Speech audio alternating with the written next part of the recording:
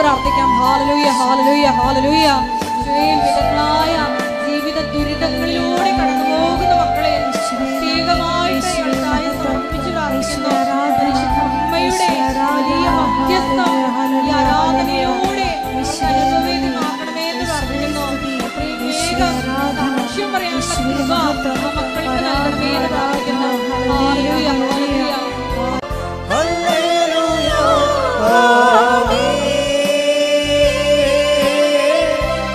Hallelujah.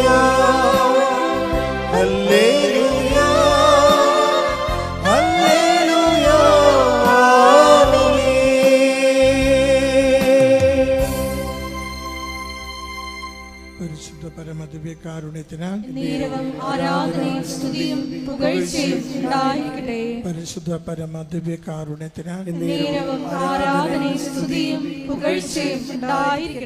പരിശുദ്ധ പരമദിവ്യകാരുണ്യത്തിന് ആരാധനയും സ്തുതിയും പുകഴ്ചയും ഉണ്ടായിരിക്കട്ടെ.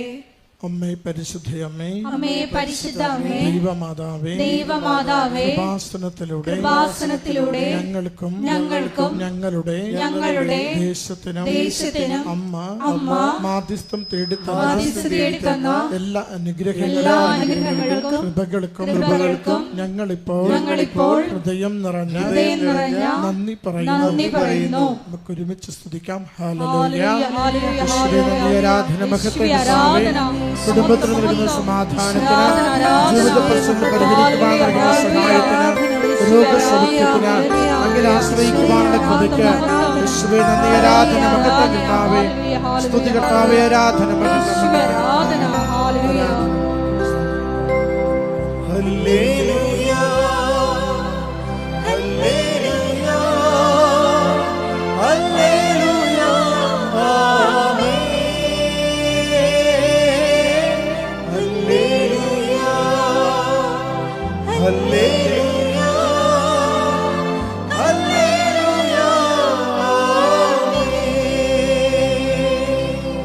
പരിശുദ്ധ പരമദിവ്യകാരുണ്യത്തിന് ആരാധനയും സ്തുതിയും പുകഴ്ചയും ഉണ്ടായിരിക്കട്ടെ. പരിശുദ്ധ പരമദിവ്യകാരുണ്യത്തിന് ആരാധനയും സ്തുതിയും പുകഴ്ചയും ഉണ്ടായിരിക്കട്ടെ. പരിശുദ്ധ പരമദിവ്യകാരുണ്യത്തിന് ആരാധനയും സ്തുതിയും പുകഴ്ചയും ഉണ്ടായിരിക്കട്ടെ.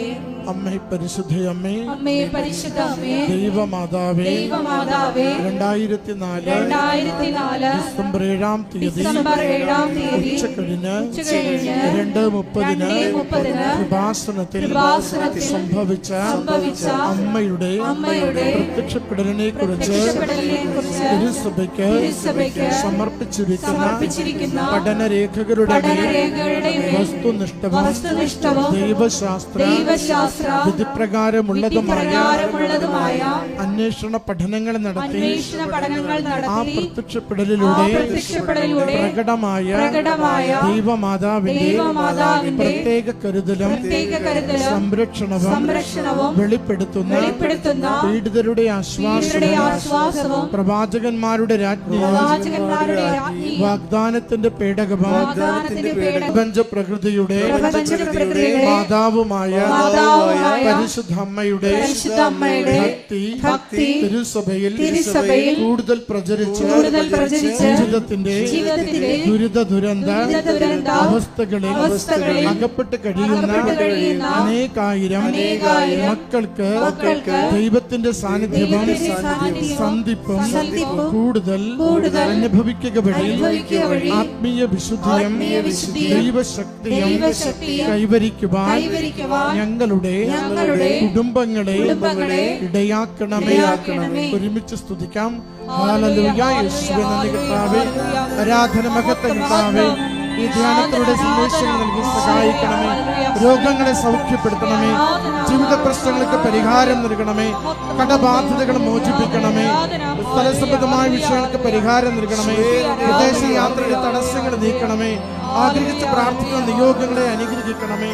ഹല്ലേലൂയ കർത്താവേ, ആരാധന മഹത്വം കർത്താവേ, സ്തുതി കർത്താവേ, ആരാധന ആരാധന ആരാധന ആരാധന മഹത്വം. ഹല്ലേലൂയ ഹല്ലേലൂയ ഹല്ലേലൂയ ആമേൻ. ഹല്ലേലൂയ ഹല്ലേലൂയ ഹല്ലേലൂയ ആമേൻ. പരിശുദ്ധ പരമദിവ്യകാരുണ്യത്തിന് നേരവും ആരാധനയും സ്തുതിയും പുകഴ്ചയും ഉണ്ടായിരിക്കട്ടെ. പരിശുദ്ധ പരമദിവ്യകാരുണ്യത്തിന് നേരവും ആരാധനയും സ്തുതിയും പുകഴ്ചയും ഉണ്ടായിരിക്കട്ടെ. പരിശുദ്ധ പരമദിവ്യകാരുണ്യത്തിന് നേരവും ആരാധനയും സ്തുതിയും പുകഴ്ചയും ഉണ്ടായിരിക്കട്ടെ. അമ്മേ, പരിശുദ്ധ അമ്മേ, അമ്മേ, പരിശുദ്ധ അമ്മേ, ഭൂസ്വർലോകങ്ങളുടെ ഭൂസ്വർലോകങ്ങളുടെ രാജ്ഞിയായ അങ്ങയ്ക്ക് ഭൂമസംരക്ഷണത്തിനായി ഭൗമസംരക്ഷണത്തിനായി പ്രപഞ്ച പ്രകൃതിയെ തന്നെ തിരുസഭ പ്രതിഷ്ഠിക്കുവാൻ ഈ പ്രത്യക്ഷീകരണം വഴി ഇടയാക്കണമേ. പരിശുദ്ധമേ, ജപമാല മാതാവേ, സകല കൃപാസനം പ്രാർത്ഥനകളോടും ചേർത്ത് ഞങ്ങളിപ്പോൾ പ്രാർത്ഥിക്കുന്ന ഈ സമൂഹത്തിന്റെ പ്രത്യേക നിയോഗവും നമ്മുടെ എല്ലാ അപേക്ഷകളും ആവശ്യങ്ങളും കൃപാസന മാതാവിന്റെ സംരക്ഷണയിൽ ദിവ്യകാരുണ്യനാഥന് സമർപ്പിക്കാം. കൃപാസനം സ്ഥാപക ഡയറക്ടർ VP ജോസഫ് അച്ഛൻ്റെ മിഷൻ നിയോഗങ്ങൾക്ക് വേണ്ടിയും പ്രാർത്ഥിക്കാം. അമ്മയുടെ പ്രത്യക്ഷീകരണത്തിന്റെ ഈ അനുഗ്രഹവേളയിൽ ഞങ്ങൾക്ക് സാധിച്ചു തരുവാൻ കനിയണമേ. ആമേൻ. ഒരുമിച്ച് സ്തുതിക്കാം. ഹല്ലേലൂയ. യേശുവേ സ്തുതി, ആരാധന കർത്താവേ. ധ്യാനം നയിക്കുന്ന ജോസഫ് അച്ഛനെ ഇവിടുന്ന് കൃപയാൽ സംരക്ഷിക്കണമേ. അച്ഛന്റെ അതിരത്തിലൂടെ ഞങ്ങളുടെ ജീവിതത്തിന് ആവശ്യമായ സന്ദേശങ്ങൾ, വചനങ്ങൾ, ആത്മീയ ഉണർവ് നൽകി ഞങ്ങളെ പരിപാലിക്കണമേ. ഉടമ്പടി ധ്യാനത്തിലായിരിക്കുന്ന ഓരോ മകനെയും മകളെയും ആയിരിക്കുന്ന ഇടങ്ങളിൽ ഇവിടുന്ന് അനുഗ്രഹിക്കുകയും അമ്മയുടെ സംരക്ഷണയിൽ ഓരോ ദിനവും ജീവിതം നയിക്കുവാൻ ഇവിടുന്ന് സഹായിക്കുകയും ചെയ്യണമേ. ഹല്ലേലൂയ. സ്തുതി കർത്താവേ, ആരാധന മഹത്വം കർത്താവേ, സ്തുതി ആരാധന മഹത്വം ആരാധന മഹത്വം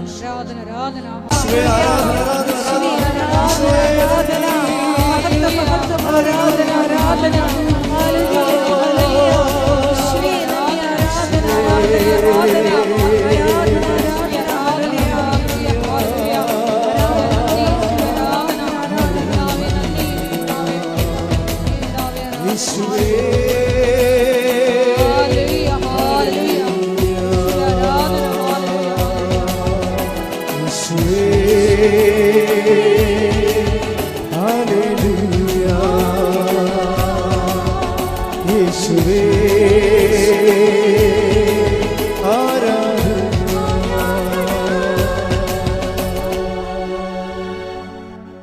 എൻ്റെ പ്രിയപ്പെട്ടവർ, എപ്പോഴും പ്രധാനപ്പെട്ട അറിയിപ്പുകൾ. ഒന്നാമത്തെ അറിയിപ്പെന്ന് പറയുന്നത് കൃപാസനത്തിലെ ഏറ്റവും വലിയ നേർച്ച ഉടമ്പടിയാണ്. ആ ഉടമ്പടിയിലുള്ള തിരികൾ, പച്ചയും നീലയും തിരികൾ, അത് ദൈവികമായ കൽപ്പിതമായിട്ട് പ്രാർത്ഥിച്ച് ദൈവം നമുക്ക് നൽകിയിട്ടുള്ള, പ്രാർത്ഥിച്ച് അനുഗ്രഹം പ്രാപിക്കാൻ വേണ്ടി ദൈവം നൽകിയ ഉടമ്പടി വിധി പ്രകാരമുള്ള തിരികളാണ്. അത് അങ്ങനെ ഉടമ്പടി തിരിയാണെന്ന രീതിയിൽ ആൾക്കാരെ തെറ്റിദ്ധരിപ്പിച്ചുകൊണ്ട് പച്ച നീലൻ തിരികൾ ആൾക്കാർ ചന്തയിൽ പുറത്ത് കൊണ്ടുവന്ന് കൊടുക്കുന്നുണ്ട്. എന്നിട്ട് അച്ഛൻ വെഞ്ചരിച്ചതാണെന്ന് പറയുന്നുണ്ട്. അതൊന്നും അച്ഛൻ വെഞ്ചരിച്ചതല്ല, അതവിടെ കള്ളത്തരമാണ്. അവരെ ഒരു വിശുദ്ധി ഇല്ലാതെ സംസാരിക്കുന്ന പോലെ ഞാൻ കേട്ടിട്ടുണ്ട്. ഇവിടെ ചില സമയത്തൊക്കെ അവർ തമ്മിൽ തന്നെ വഴക്കുകളൊക്കെ ഉണ്ടാക്കുമ്പോൾ നമ്മുടെ തീർത്ഥാടന കേന്ദ്രത്തിനും അമ്മ മാതാവ് പ്രത്യക്ഷപ്പെട്ട് ദൈവികമായ സന്നിധാനത്തിൻ്റെ ഒരു വിശുദ്ധി സൂക്ഷിക്കാതെയൊക്കെ സംസാരിക്കുന്നുണ്ട്. അപ്പോൾ അത് ഭയങ്കര ബുദ്ധിമുട്ടായിട്ടുള്ള കാര്യം, പ്രാർത്ഥിക്കേണ്ട ഒരു വിഷയമാണത്. അതേസമയം നമ്മൾ ശ്രദ്ധിക്കേണ്ട വേറൊരു കാര്യം വെച്ചാൽ, ഇപ്പോൾ പോലീസ് തന്നെ ഇതിനകത്ത് ഇടപെട്ടിട്ടുണ്ട്. പോലീസ് പറഞ്ഞിരിക്കുന്നത് ഇവിടെ ഇത്രയും തിരികളിങ്ങനെ ആളിക്കത്തിക്കുമ്പോൾ ഈ ചൂട് കാലത്ത് തീപിടുത്തം ഉണ്ടായാൽ അച്ഛൻ സമാധാനം പറയുമെന്നാണ് പറഞ്ഞിരിക്കുന്നത്. അപ്പോൾ അതുകൊണ്ട് പോലീസിൻ്റെ നിർദ്ദേശപ്രകാരം നമ്മൾ ഈ തിരികത്തിക്കാൻ അനുവാദമില്ലാർക്കും 15, അതായത് 50 മീറ്റർ ചുറ്റളവിൽ, കൃപാസനത്തിൻ്റെ 50 മീറ്റർ ചുറ്റളവിൽ തിരികത്തിക്കാൻ അവകാശമില്ല. അതായത് തിരികത്തിക്കാൻ പാടില്ല. അത് ഈ ഫയറിൻ്റെ വിഷയമാണത്. കയറി പിടിച്ചു കഴിഞ്ഞാൽ പിന്നെ മൊത്തം കത്തും. ഈ സമയത്ത് പിന്നെ എന്തെങ്കിലുമൊക്കെ സംഭവിച്ചു കഴിഞ്ഞിട്ട് പിന്നെ നമ്മൾ ആ അച്ഛനെ കുറ്റം പറഞ്ഞൊരു കാര്യമില്ല. അപ്പം അതുകൊണ്ട് പോലീസ് തന്നെ ഇപ്പം തിരികത്തിക്കൽ നിരോധിച്ചിരിക്കുകയാണ്. അതുകൊണ്ട് ആരും തിരികത്തിക്കാൻ നിൽക്കരുത്. തിരികത്തിക്കാൻ വേണ്ടി ആരും തിരി വാങ്ങിക്കുകയും ചെയ്യരുത്. കാര്യം കത്തിക്കാൻ പറ്റത്തില്ല ഇവിടെ. ചിലർ പറയും തിരി കൊണ്ടുവന്ന് വെച്ചാൽ മതി, അവിടെ അങ്ങ് വെക്കാൻ പാടില്ല. അങ്ങനെ അനുവദിച്ചിട്ടില്ല ഇവിടെ. തിരി വെക്കാൻ പോലും അനുവദിച്ചിട്ടില്ല. ഉടമ്പടിക്ക് മാത്രമേ തിരിയുള്ളൂ. അത് ഓഫീസിൽ നിന്ന് ലഭിക്കും. അത് പ്രാർത്ഥിച്ച് വീട്ടിൽ കൊണ്ടുപോയിട്ടാണ് അത് കത്തിക്കേണ്ടത്. ഈ പ്രദേശത്തൊന്നും ചെയ്യാൻ പാടില്ല. പ്രത്യേകം ശ്രദ്ധിക്കണമെന്ന് ഓർപ്പിക്കുന്നതാണ്. അതുപോലെ തന്നെ ഇവിടെ പ്രാർത്ഥനയ്ക്ക് വരുന്നവർ വഴി പിടിച്ച് നിർത്തുക, അവരെ തിരി വാങ്ങിക്കാത്ത അസഭ്യം പറയുക, അങ്ങനെ കുറേ കംപ്ലൈൻറ്റുകൾ പോലീസിൽ പോയിട്ടുണ്ട്. അപ്പം അത് നമ്മുടെ ധ്യാനകേന്ദ്രത്തിൻ്റെ ഒരു വിശുദ്ധി നഷ്ടപ്പെടുന്ന രീതിയിലാണ് ചില ആൾക്കാർ പെരുമാറുന്നത്. അത് എപ്പോഴും ശ്രദ്ധിക്കണം. ഇത് അച്ഛൻ വെഞ്ചരിച്ചാണെന്ന് പറഞ്ഞാണ് അവർ അതൊക്കെ ചെയ്യണത്. അതൊക്കെ തെറ്റായ കാര്യങ്ങളാണ്. അങ്ങനെ ഒന്നും അച്ഛൻ പറഞ്ഞിട്ടില്ല.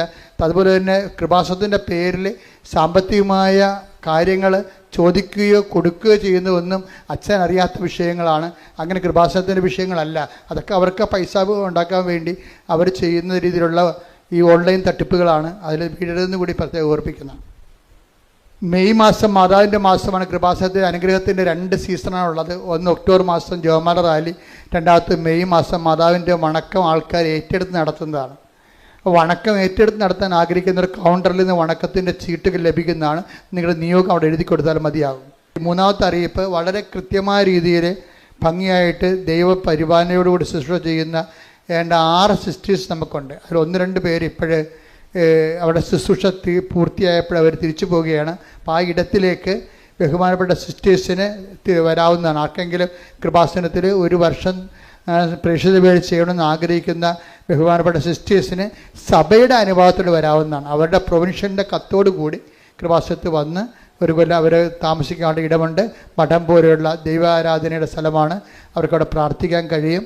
അവരുടെ ഇവിടുത്തെ ശുശ്രൂഷ കഴിഞ്ഞിട്ട് അവർക്ക് മഠത്തിലൊക്കെ പിന്തിരിഞ്ഞ് അവിടെ പ്രാർത്ഥിക്കാനും അവരുടെ സമർപ്പണ ജീവിതം കേടില്ലാതെ കണ്ടിന്യൂ ചെയ്യാനും കഴിയും. അപ്പോൾ അതുകൊണ്ട് ബഹുമാന സിസ്റ്റേഴ്സിന് പ്രത്യേക സ്വാഗതം കൃപാസനത്തിൽ ശുശ്രൂഷ ചെയ്യുന്നതിന് വേണ്ടി. പിന്നെ കൃപാസനത്തിൽ ഫ്രീ ആയിട്ട് സേവനം ചെയ്യുന്ന ഒത്തിരി നേഴ്സുമാരും മറ്റവരൊക്കെ ഉണ്ട്. അതായത് അവർ പത്രം മടക്കുകയും തിരി പൊതുകയും ഇങ്ങനെ കുറേ കാര്യങ്ങൾ ചെയ്യും. അപ്പോൾ അവർ 2 മാസമൊക്കെ ചിലപ്പോൾ ചെയ്യും, ചിലപ്പോൾ 3 മാസം ചെയ്യും. അങ്ങനെ ചെയ്യുന്നവർക്കും അതുപോലെ തന്നെ കൃപാസനത്തിൽ വന്ന് ജോലി ചെയ്യുന്നതിനുള്ള അത് മാനേജറുമായിട്ട് കണ്ടാൽ മതി. അതിനുള്ള അവർക്ക് സൗകര്യപ്പെടുത്തി തരുന്നതായിരിക്കും. കുറേ ചെറുപ്പക്കാർ വരുന്നുണ്ട്. അപ്പോൾ അവർ ചിലപ്പോൾ യൂറോപ്പിലൊക്കെ പോകാൻ വേണ്ടി നിൽക്കുന്ന ഒരു സമയമാകും. അപ്പോൾ അവരുടെ പ്ലെയിൻ ടിക്കറ്റ് ആകുന്നവരെ ആ ടൈം വരെ അവർ കൃപാസനത്തിൽ മാതാവിന് ശുശ്രൂഷ ചെയ്യുന്ന ഒത്തിരി പേരുണ്ട്. അതിലേക്ക് ആ കൂട്ടായ്മയിലേക്ക് നിങ്ങൾക്ക് സ്വാഗതം മാനേജറുമായിട്ട് കോൺടാക്റ്റ് ചെയ്യുക.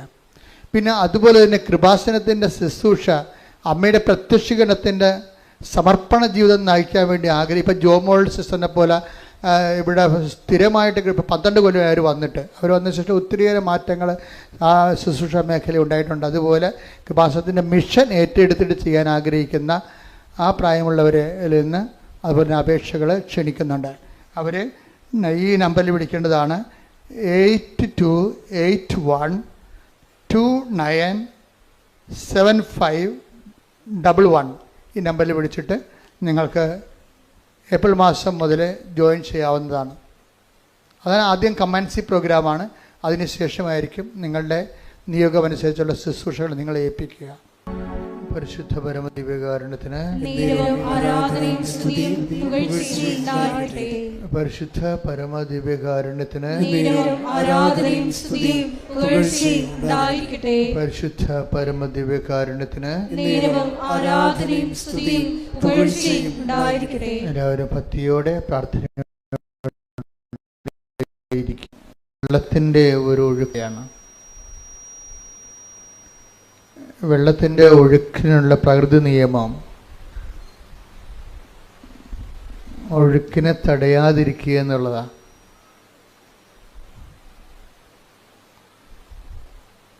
വെള്ളത്തിൻ്റെ ഒഴുക്കിനുള്ള ഒരു പ്രകൃതി നിയമം എന്താ? അവിടെ മാനുഷികമായ ഇടപെടൽ ഒഴുക്കിനെ തടയാതിരിക്കുക. ഇപ്പം മദ്രാസിലൊക്കെ വെള്ളപ്പൊക്കം വന്നപ്പോൾ അതിൻ്റെ പഴയ മദ്രാസ് പട്ടണത്തിൻ്റെ പഴയ ബ്ലൂ പ്രിൻറ്റിൽ ഒത്തിരിയേറെ അരുവികളും പുഴകളും ഒഴുകിക്കൊണ്ടിരുന്ന സ്ഥലമാണ്. പിന്നീട് വേനൽക്കാലം വന്നപ്പോൾ ആൾക്കാർ വെള്ളമൊഴുക്കിനെക്കുറിച്ച് മറന്നു, അവിടെ എല്ലാം വീട് വെച്ചു. പിന്നീട് വർഷം വന്നപ്പോൾ മഴ വന്നപ്പോൾ സ്വാഭാവികമായിട്ട് വെള്ളം ഒഴുകണ സ്ഥലത്ത് കൂടി വെള്ളം ഒഴുകിപ്പോയപ്പോഴും തടസ്സമുള്ളത് കൊണ്ട് വെള്ളപ്പൊക്കം ഉണ്ടായി. അതാണ്ട് ഇതുപോലെ തന്നെ ഉടമ്പടിക്കൊരു സ്വാഭാവികമായ ഒഴുക്കുണ്ട്. ആ സ്വാഭാവികമായ ഉടമ്പടി ഒഴുക്കിന് അങ്ങനെ വിട്ടുകൊടുത്താൽ മതി. അപ്പം എന്താ സംഭവിക്കുന്നത്? ബാക്കി ഇതിൻ്റെ അകത്തുള്ള നമുക്ക് കൃപാസനത്തിൽ മരിയൻ ഉടമ്പടിക്ക് റിസ്ക് ഇല്ലാത്തത് എന്താണെന്നറിയാവോ? റിസ്ക് ഇല്ലാത്തതിന് കാരണം ഇപ്പോഴ് പല വിഷയങ്ങൾ, ഇപ്പോൾ ഞാനൊരു സാക്ഷ്യം കേട്ടുകൊണ്ടിരിക്കുകയായിരുന്നു. അപ്പോൾ ആ സാക്ഷ്യത്തിൽ ഒരു പ്രൊഫസറാണ്, പ്രൊഫസർ ടോയ് തോമസ്. അപ്പം അദ്ദേഹത്തിൻ്റെ വൈഫിനാണ് അസുഖം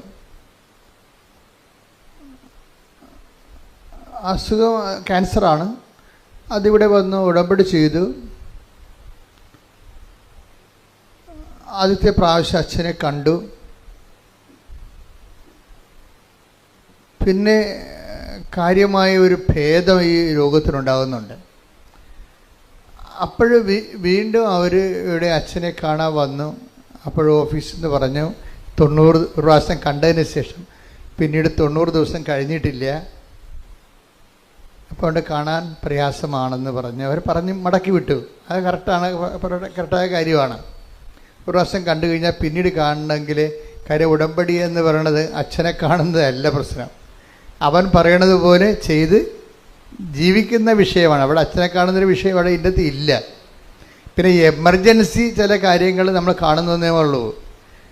ഉടമ്പടിയുടെ ഒഴുക്കെന്ന് പറയണത് അവൻ പറയണത് പോലെ ദൈവസ്നേഹത്തോടെ ചെയ്യുന്ന കാര്യങ്ങൾ ദൈവസ്നേഹത്തോട് ചെയ്യണമെന്നേ ഉള്ളൂ, ചെയ്ത് ജീവിക്കുക, അത്രേ ഉള്ളൂ. അല്ലാതെ എൻ്റെ സ്വാഭാവികമായ ഒഴുക്ക് അതാണ്. നമുക്ക് റിസ്ക് ഇല്ലെന്ന് ഞാൻ പറഞ്ഞതിൻ്റെ കാരണം, അപ്പോൾ എല്ലാ കാര്യത്തിനും ഒരു റിസ്ക് ഉണ്ടല്ലോ. ഇപ്പം നമ്മൾ ഒരു വ്യവസായം തുടങ്ങിയാൽ പോലും ഏറ്റവും കൂടുതൽ റിസ്ക് എന്താണ്? അതിൻ്റെ മാർക്കറ്റിംഗാണ് റിസ്ക്. ഏറ്റവും കൂടുതൽ പ്രയാസമുള്ളത് അതിൻ്റെ മാർക്കറ്റിംഗാണ്. മാർക്കറ്റിംഗ് നടന്നാൽ തന്നെ ബില്ല് പാസ്സായി നമ്മുടെ അക്കൗണ്ടിലേക്ക് വരുന്നവരെ റിസ്ക് ഇങ്ങനെ കണ്ടിരിക്കും. ഉടമ്പടിക്ക് റിസ്ക് ഇല്ലെന്ന് പറഞ്ഞതിൻ്റെ കാരണം ഇത് മാതാവിൻ്റെ പ്രത്യക്ഷീകരണവുമായിട്ട് ബന്ധപ്പെട്ട് വന്നിട്ടുള്ള ഒരു ദൈവ സംവിധാനമാണ്.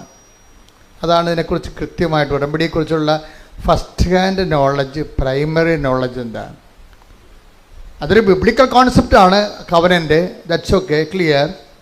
പക്ഷേ കൃപാസനത്തിൽ ഉടമ്പടി വന്നിരിക്കുന്നതിൻ്റെ കാരണം മാതാവിൻ്റെ സമയഘടികാരം നെഞ്ചിൽ ചാർത്തിക്കൊണ്ട് 2004 ഡിസംബർ 7 ദുരന്തമുണ്ടാകാൻ പോണ് പ്രാർത്ഥിക്കണമെന്ന് പറഞ്ഞ ദൈവത്തിൻ്റെ തിരുമനസ്സുണ്ട് പ്രാർത്ഥിക്കുക. അപ്പോൾ എന്ത് പ്രാർത്ഥിക്കണം, എങ്ങനെ പ്രാർത്ഥിക്കണം, അതിൻ്റെ ഉത്തരമാണ് ഉടമ്പടി എടുത്ത് പ്രാർത്ഥിക്കുക എന്നുള്ളത്. അതാണ് പ്രാർത്ഥന.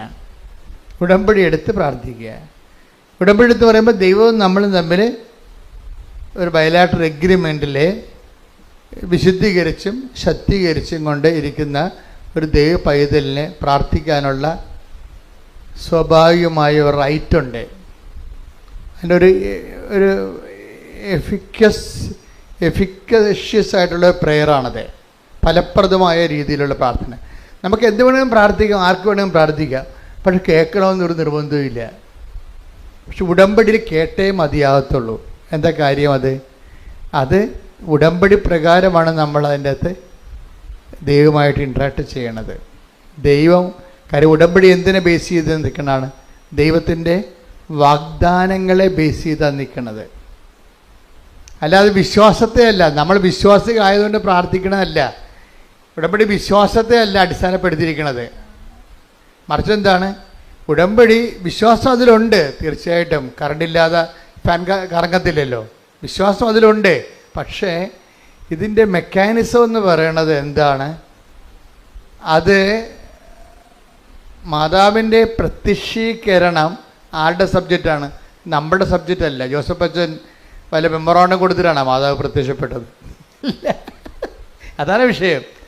അതെപ്പോഴും നിങ്ങൾ അതിനെക്കുറിച്ച് എൻ്റെ ലളിതമായ വശങ്ങളെ ലളിതമായിട്ട് മനസ്സിലാക്കണം.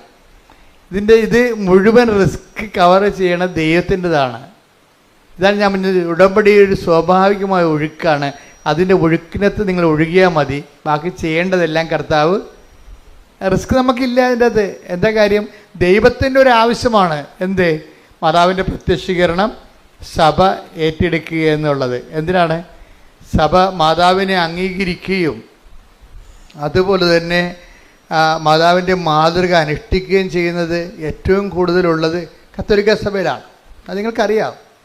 അതുകൊണ്ടാണ് ഇത്രയും പ്രത്യക്ഷീകരണങ്ങളെല്ലാം ലൂർദ്, ഫാത്തിമ, മജ്ജിഗോറ, ഈ പ്രത്യക്ഷീകരണം എല്ലാം വരണത് കാത്തലിക് മേഖലയിലാണ് വരണത്.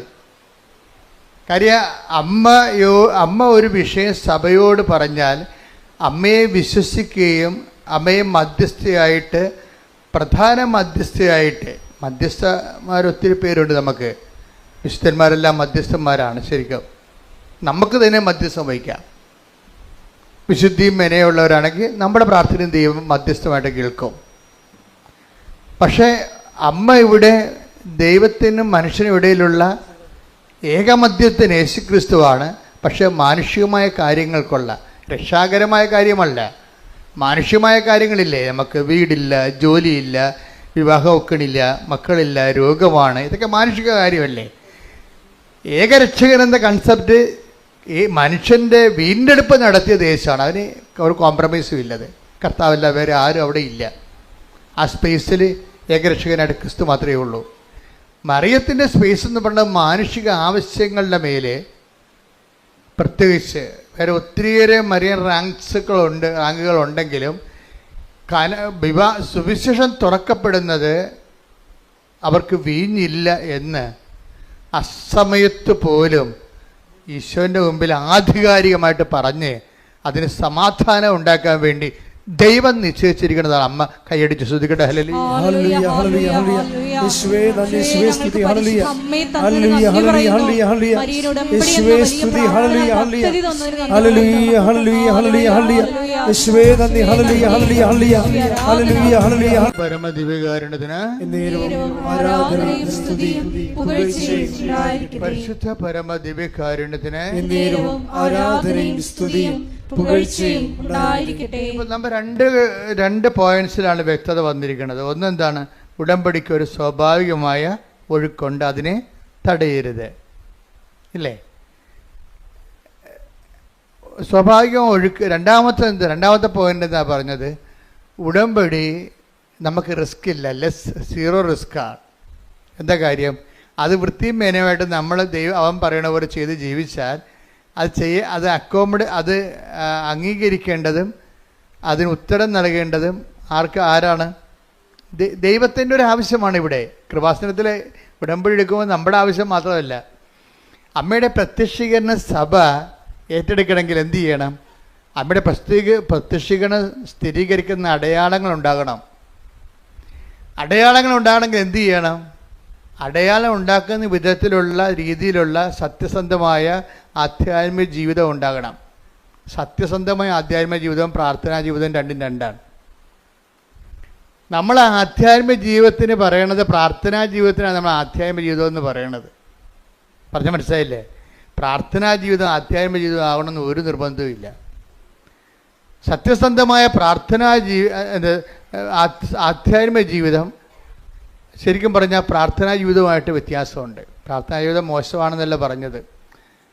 സത്യസന്ധമായ ആധ്യാത്മിക ജീവിതം പ്രാർത്ഥനാ ജീവിതമാകണമെന്ന് നിർബന്ധമില്ല. എന്നുവെച്ചാൽ എല്ലാ പ്രാർത്ഥനാ ജീവിതവും ആധ്യാത്മിക ജീവിതമല്ല. അതറിയണമെന്നുണ്ടെങ്കിലേ നിങ്ങൾ 1 തിമോത്തി 4:8 എടുത്തേ. ശാരീരികമായ പരിശീലനം കൊണ്ട് ശാരീരികമായ പരിശീലനം കൊണ്ട് കുറച്ച് പ്രയോജനമുണ്ട്. എന്നാൽ ആത്മീയത എല്ലാവിധത്തിലും വിലയുള്ളതാണ്. എന്തുകൊണ്ടെന്നാൽ അത് ഈ ജീവിതത്തെയും വരാനിരിക്കുന്ന ജീവിതത്തെയും സംബന്ധിക്കുന്ന വാഗ്ദാനങ്ങൾ ഉൾക്കൊള്ളുന്നു. അപ്പോൾ വാഗ്ദാനങ്ങളിലെ ഈ ആധ്യാത്മികതയിൽ 2 ഘടകങ്ങളുണ്ട്. ഒന്നെന്താണ്? ഈ ജീവിതത്തെ അത് അഡ്രസ്സ് ചെയ്യുന്നുണ്ട്. ഈ ജീവിതത്തെ മാറ്റി നിർത്തിക്കൊണ്ട് തൂണുമേ സൈബന്മാരുണ്ടാക്കുന്ന പരിപാടിയില്ല. ഇപ്പം ചില ആൾക്കാർ സമൂഹത്തിൽ നിന്ന് പൂർണ്ണമായിട്ട് വിട്ടുമാറിയിട്ട് ജീവിതത്തിൻ്റെ മുഴുവൻ ആഗ്രഹങ്ങൾ ബലി ചെയ്തുകൊണ്ട് സമൂഹത്തിൽ തന്നെ സ്വയം ഡിപ്രൈവ്ഡായിട്ട് വേറെ ഒരു ലോകത്ത് സ്വന്തം ഈശ്വരാനുഭവത്തിലേക്ക് പോകുന്ന അങ്ങനെ ഒരു സംഭവം ബൈബിളിലില്ല. ശാരീരികമായി ഇപ്പോൾ യോഗ പോലെയുള്ള ശാരീരികമായ അഭ്യാസങ്ങളും ആധ്യാത്മികമായിട്ട് ബൈബിൾ കാണുന്നില്ല. അതാണ് അങ്ങനെ എഴുതിയിരിക്കുന്നത്. ഒന്നിനു വായിച്ചേ. ശാരീരികമായ പരിശീലനം ശാരീരികമായ പരിശീലനം അതൊക്കെ ഒരു ഫിസിക്കൽ എക്സർസൈസാണ്. It's okay. ഫിസിക്കൽ എക്സർസൈസും ആധ്യാത്മികതയും തമ്മിൽ യാതൊരു ബന്ധവുമില്ല. അതാ വിഷയം. ബൈബിൾ ആധ്യാത്മികതയാണ് ഞാൻ സംസാരിക്കുന്നത്. ഫിസിക്കൽ എക്സർസൈസ് അങ്ങനെ പലതരത്തിലുള്ള യോഗാസനങ്ങളുണ്ടാകും, അതുപോലെ. പക്ഷേ അതും ബൈബിളുമായിട്ട് ആധ്യാത്മികതയുമായിട്ട് ബന്ധമില്ല. ഒന്നിനു വായിച്ച ഭാഗം. ശാരീരികമായ പരിശീലനം കൊണ്ട് കുറച്ച് പ്രയോജനമുണ്ട്. അതെ. എന്നാൽ ആത്മീയത എല്ലാവിധത്തിലും വിലയുള്ളതാണ്. എന്തുകൊണ്ടെന്നാൽ അത് ഈ ജീവിതത്തെയും വരാനിരിക്കുന്ന ജീവിതത്തെയും സംബന്ധിക്കുന്ന വാഗ്ദാനങ്ങൾ ഉൾക്കൊള്ളുന്നു. ഇതിനാണ് ഉടമ്പടി എന്ന് പറയണത്. ഉടമ്പടിയുടെ ബേസ്മെന്റ് എന്താണ്? വാഗ്ദാനമല്ലേ. ഉടമ്പടിയുടെ ബേസ്മെന്റ് എന്താണ്? വാഗ്ദാനമാണ്. ഉടമ്പടി എന്തിലാണ് ആശ്രയിച്ചിരിക്കുന്നത്? ഉടമ്പടിയുടെ ഓരോ വിഷയങ്ങൾക്കും കറസ്പോണ്ടിങ് ആയിട്ടുള്ള 8840 വാഗ്ദാനങ്ങളുണ്ട് ബൈബിളിൽ. 8855 വാഗ്ദാനങ്ങൾ ബൈബിളുണ്ടെന്ന് പറയുന്ന ബൈബിൾ പണ്ഡിതന്മാരുണ്ട്. അപ്പോൾ ഈ ദൈവം ക്യാഷ് ആൻഡ് കൈൻഡായിട്ട് ഈ ജീവിതത്തെയും നിത്യജീവിതത്തെയും ബാധിക്കുന്ന നമുക്ക് കിട്ടുന്ന ആനുകൂല്യങ്ങളെ ദൈവം പ്രഖ്യാപിച്ചിരിക്കുന്ന വാഗ്ദാനത്തിൻ്റെ രീതിയിലാണ്. വാഗ്ദാനം. അപ്പോൾ ഈ വാക്കിൻ്റെ ഉള്ളിലാണ് ദൈവം ദാനം വെച്ചിരിക്കുന്നത്. അപ്പം ഉടമ്പടിയിലൂടെ നമ്മൾ എന്താ ചെയ്യണത്? ഈ വാക്കിൻ്റെ ഉള്ളിലിരിക്കുന്ന ദാനത്തെ പുൾ ഔട്ട് ചെയ്യാൻ പ്രോമിത്തരെ ഞാൻ പുസ്തകത്തിൽ എഴുതിയിട്ടുണ്ട്. എൻ്റെ പ്രൊമിത്തരെ, പ്രോമിസ് മീൻസ് അതിൻ്റെ മൂലം എന്താണ്? ലാറ്റിനാണ്. പ്രോമിസ് എന്നുള്ള ലത്തീൻ ഇംഗ്ലീഷ് വാക്കിൻ്റെ മൂലം, അതിൻ്റെ റൂട്ട് എന്ന് പറഞ്ഞാൽ ലത്തീൻ വാക്ക് പ്രൊമിത്തരെ. പ്രൊമിത്തരയുടെ റൂട്ട് മീനിങ് ആണ് ടു പുൾ ഔട്ട്, വലിച്ചു പുറത്തെടുക്കുക. വലിച്ചു പുറത്തെടുക്കണമെങ്കിൽ എന്ത് ചെയ്യണം? ബലം ഉണ്ടാകണം. എന്ത് ബലമാണ്? ജിംനാസ്റ്റിക് ബലമല്ല, ആത്മീയ ബലമുണ്ടാകണം. ദൈവത്തിൻ്റെ വാഗ്ദാനങ്ങൾ പ്രാപിക്കാൻ വേണ്ടി നമുക്ക് ശാസ്ത്രീയമായിട്ട് എന്താ ഉണ്ടാകേണ്ടത്? ആത്മീയ ബലമാണ് ഉണ്ടാകേണ്ടത്. ദൈവത്തിൻ്റെ വാഗ്ദാനം പ്രാപിക്കാൻ വേണ്ടി അതുകൊണ്ടാണ് പൗലോസ് പറയണത് ശാരീരിക കൊണ്ട് കുറച്ച് പ്രയോജനമൊക്കെ ഉണ്ടെന്ന്. ഒരു ഡിസിപ്ലിൻ കിട്ടുമായിരിക്കും, പക്ഷേ ലക്ഷ്യം സാധിക്കും. അത് മാർഗമല്ലേ? അതൊക്കെ മാർഗമാണ്. ലക്ഷ്യം എന്താണ്? ലക്ഷ്യം സാധിക്കുന്നത് എന്ത് വേണം? ആധ്യാത്മികത എല്ലാത്തിലും പ്രധാനപ്പെട്ടതാണ്. അതെന്താണ്? അത് ഈ ജീവിതത്തിൻ്റെയും വരാൻ പോകുന്ന ജീവിതത്തിൻ്റെയും വാഗ്ദാനങ്ങളെയാണ് അടിസ്ഥാനപ്പെടുത്തുന്നത്. വാഗ്ദാനം എത്രയാണ്? 8850 വാഗ്ദാനങ്ങൾ, അല്ലെങ്കിൽ 55 വാഗ്ദാനങ്ങൾ. അതിലെന്തെല്ലാം ഉണ്ട്? ഈ ജീവിതമുണ്ട്, പിന്നെ വരാനിരിക്കുന്ന ജീവിതമുണ്ട്. ഇപ്പോൾ ഈ വരാനിരിക്കുന്ന ജീവിതത്തെയാണ് ഉടമ്പടി കാർക്കശ്യമായിട്ട്, ഇപ്പോൾ ചിലർ പണ്ട് ഞാൻ പറഞ്ഞിട്ടുണ്ടായി, അതായത് ഉടമ്പടി എന്ന് പറയുന്നത് നിത്യതയിലേക്കുള്ള എക്സ്പ്രസ് ഹൈവേ ആണെന്ന് പറഞ്ഞു. പ്രൊഫസർ ടോയ് തോമസ് ഇത് റീകോട്ട് ചെയ്യുന്നുണ്ട്. എന്താണ്? അച്ഛൻ പറഞ്ഞിട്ടുണ്ട് ഉടമ്പടി എന്ന് പറയുന്നത് നിത്യതയിലേക്കുള്ള എക്സ്പ്രസ് ഹൈവേ ആണെന്ന്. എന്താ കാര്യം? ഉടമ്പടിയിൽ അവൻ പറയണത് പോലെ ചെല്ലുകയല്ല, പിന്നെ എന്താണ്? ചെയ്യുകയാണ്. ഇപ്പം നിത്യത എന്ന് പറയുന്ന വിഷയത്തിൽ ചെയ്യുക എന്നുള്ള കോൺസെപ്റ്റും ആയിട്ട് ലിങ്ക് ചെയ്തിരിക്കുകയാണ്.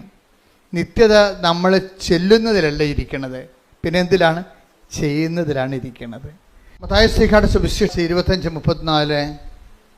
അനന്തരം രാജാവ് തന്റെ വലതുഭാഗത്തുള്ളവരോട്, ഈശോ വീണ്ടും വിജയശ്രീ ലാളിതനായി യുഗാന്ത്യത്തിലെ യുഗങ്ങളുടെ രാജാവായി എഴുന്നള്ളുന്നതിനെ കുറിച്ച് പറയുന്നതാണ്. കർത്താവിൻ്റെ രണ്ടാം വരവിനെ കുറിച്ച് പറയുന്നതാണ്. എന്താണ്? അനന്തരം രാജാവ് തന്റെ വലതുഭാഗത്തുള്ളവരോട് അരുൾ ചെയ്യും. എന്റെ പിതാവിനാൽ അനുഗ്രഹിക്കപ്പെട്ടവരെ വരുവിൻ. ലോകസ്ഥാപനം മുതൽ നിങ്ങൾക്കായി സജ്ജമാക്കിയിരിക്കുന്ന രാജ്യം അവകാശപ്പെടുത്തുവിൻ. ഈ രാജ്യം അവകാശപ്പെടുമ്പോഴാണ് രക്ഷിക്കപ്പെടുന്നത്. അല്ലാതെ വെള്ളം കോരി ഏതെങ്കിലും തൊടി മുങ്ങിയാൽ പൊങ്ങി വരുമ്പോൾ രക്ഷിക്കപ്പെടത്തില്ല. അതെപ്പോഴും നമ്മൾ അറിയണം, വൃത്തിമേനയായിട്ട് ബൈബിൾ അറിയണം. അല്ലെങ്കിൽ അബദ്ധത്തിൽ പോയി ചാടും. ഏതെങ്കിലും വെള്ളത്തിൽ പോയി മുങ്ങിയാച്ചും പൊങ്ങി വരുമ്പോൾ രക്ഷിക്കപ്പെടത്തില്ല. രക്ഷിക്കപ്പെടണമെന്നുണ്ടെങ്കിൽ അവസാന നിമിഷങ്ങളിൽ ആ രാജ്യം കൈവശമാക്കണം. ഇതെല്ലാം ബാക്കിയുള്ള എല്ലാ സംരംഭങ്ങളും ഒരു മാർഗ്ഗങ്ങളാണ്. ലക്ഷ്യം സാധിക്കണമെങ്കിൽ തന്നെ ലക്ഷ്യം സാധിച്ചെന്ന് നമ്മൾ പരീക്ഷ പഠിക്കാൻ തുടങ്ങിയിട്ടില്ല. അതുകൊണ്ട് മുമ്പ് തന്നെ സർട്ടിഫിക്കറ്റ് കിട്ടിയുള്ള അവസ്ഥ അതെന്ത് കള്ള സർട്ടിഫിക്കറ്റ് ആയിരിക്കും.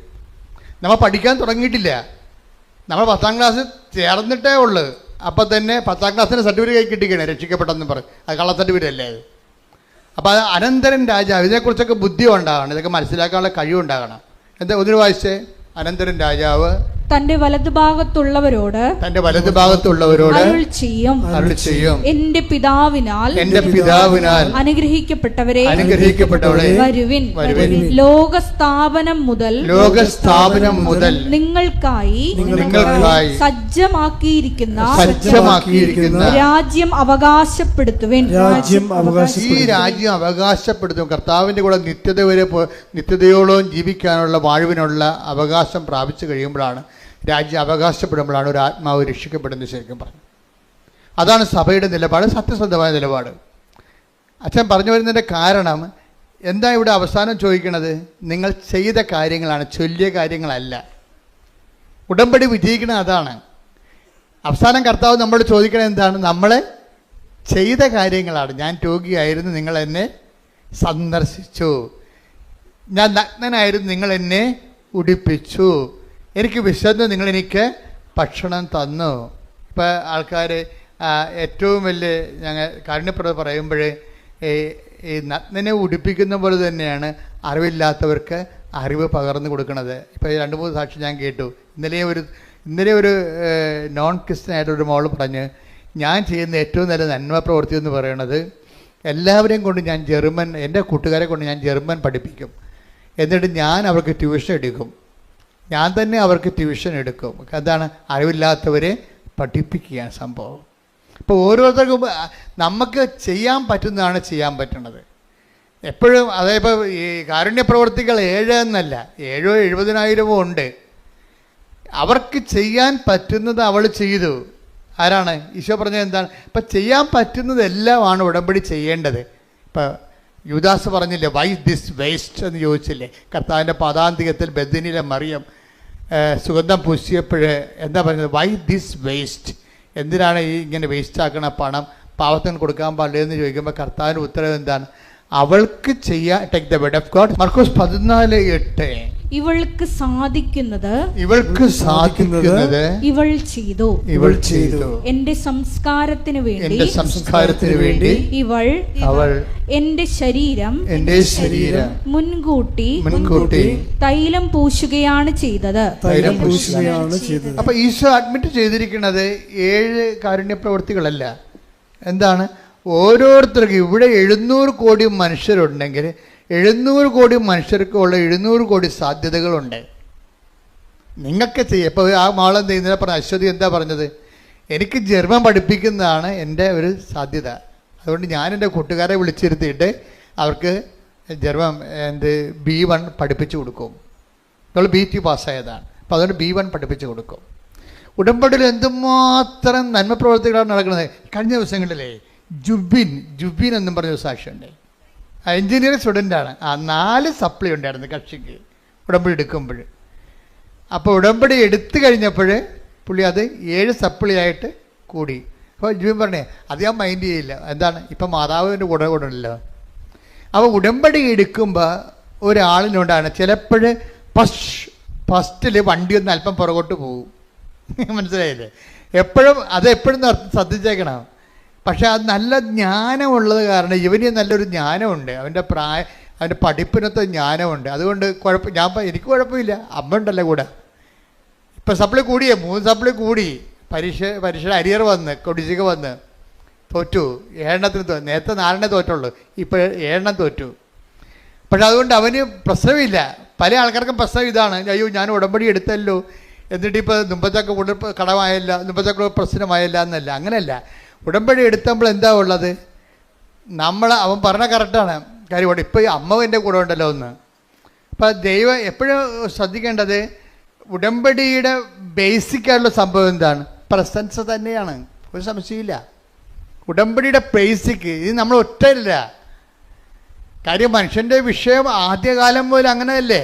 ആദ്യകാലം പോലെ ഇപ്പം പുരുഷനെ സൃഷ്ടിച്ചപ്പോൾ ദൈവം എന്താ പറയണത്? മനുഷ്യന് ഏകനായിരിക്കണത് അതൊരു നല്ല കാര്യമല്ലേ. കാര്യം ചിലപ്പോൾ അവന് നിരാശ കൊണ്ട് തന്നെ ചിലപ്പോൾ ആത്മഹത്യ ചെയ്തെന്ന് വരും. കാര്യം മനുഷ്യൻ്റെ ഒരു വിഷയം മനുഷ്യൻ്റെ ഒരു ക്രീച്ചർ ലെവലിൽ അങ്ങനെ ഏകസ്ഥമായിട്ട് അങ്ങനെ തുടരാൻ പാടാണ്. അതിനെന്ത് ചെയ്യും? അതിന് മനുഷ്യൻ 2 കാര്യം ചെയ്യും. ചില ആൾക്കാർ ചേർന്ന ഇണയെ മനുഷ്യമായിട്ട് തന്നെ കണ്ടെത്തും. ഭൂരിപക്ഷം പേര് അങ്ങനെ ചെയ്യും. ഞങ്ങളെപ്പോഴുള്ളവർ ദൈവസേവ ശുശ്രൂഷയായിട്ട് ദൈവ സാന്നിധ്യം കണ്ടെത്തും. പക്ഷെ നിങ്ങൾക്കറിയാം, ഞങ്ങളെ ജയിക്കണ പാടിൽ നിങ്ങൾ ചിലപ്പോൾ തോറ്റുപോകണമെന്നല്ല ഞാൻ പറയണത്. അതായത് നിങ്ങളെ ഒരു ഇണയെ തിരഞ്ഞെടുത്തെന്ന് വിചാരിച്ചോ, ഈ ഇണയെ തിരഞ്ഞെടുത്തെന്ന് വിചാരിച്ചാലും ശരി, ഇണ ഉണ്ടെങ്കിലും ചില സമയത്ത് ഇണയില്ലാത്ത പോലെ നമുക്ക് ഫീൽ ചെയ്യും. ദൈവികതയിൽ അതില്ല. ഒരിക്കൽ തിരഞ്ഞെടുത്ത് കഴിഞ്ഞാൽ എന്നും കുന്നും നമുക്ക് ബോധം ഉണ്ടെങ്കിൽ നമുക്കിതിനെക്കുറിച്ച് സത്യസന്ധമായിട്ടാണ് നമ്മൾ ജീവിതം കമ്മിറ്റ് ചെയ്തിരിക്കണമെന്നുണ്ടെങ്കിൽ ഈ സാന്നിധ്യത്തിന് ഗ്യാരണ്ടീഡാണ്. പക്ഷെ വിവാഹത്തിലുള്ള സാന്നിധ്യം ഗ്യാരണ്ടീഡ് അല്ല ശരിക്കും പറഞ്ഞാൽ. അതുകൊണ്ട് നല്ല ശരിക്കും റിസ്ക് ഇല്ലെങ്കിൽ വിവാഹ ജീവിതം ആധ്യാത്മിക ജീവിതത്തേക്കാൾ പാടായിട്ട് വരും. ഇപ്പം ഇന്നലെ ഒരു ചേച്ചി എന്നോട് പറഞ്ഞ്, അച്ഛാ എൻ്റെ ജീവിത പങ്കാളി മറ്റു സ്ത്രീകളുമായിട്ട് ബന്ധമുണ്ട്, അവിശ്വസ്തതയാണെന്ന് പറഞ്ഞു.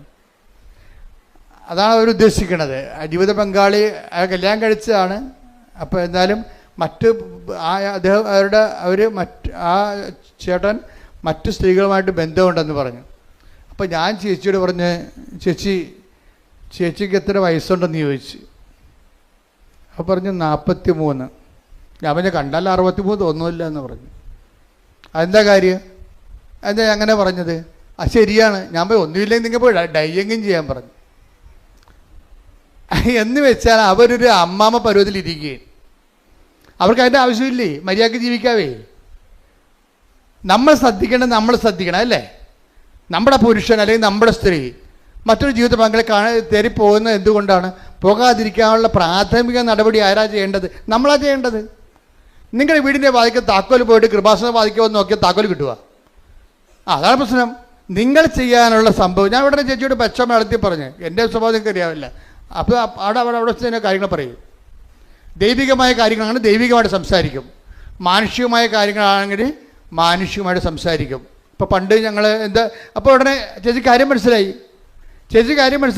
നിങ്ങൾ ചില ചേച്ചിമാരുടെ ഒരു പ്രശ്നം വന്നത്, ഇനിയിപ്പോൾ എന്നാ നോക്കാനാണ്, കെട്ടി കഴിഞ്ഞത് പറയുകയും ചെയ്ത്, ഇനിയിപ്പോൾ ആരാ ബോധിപ്പിക്കാനാണ്?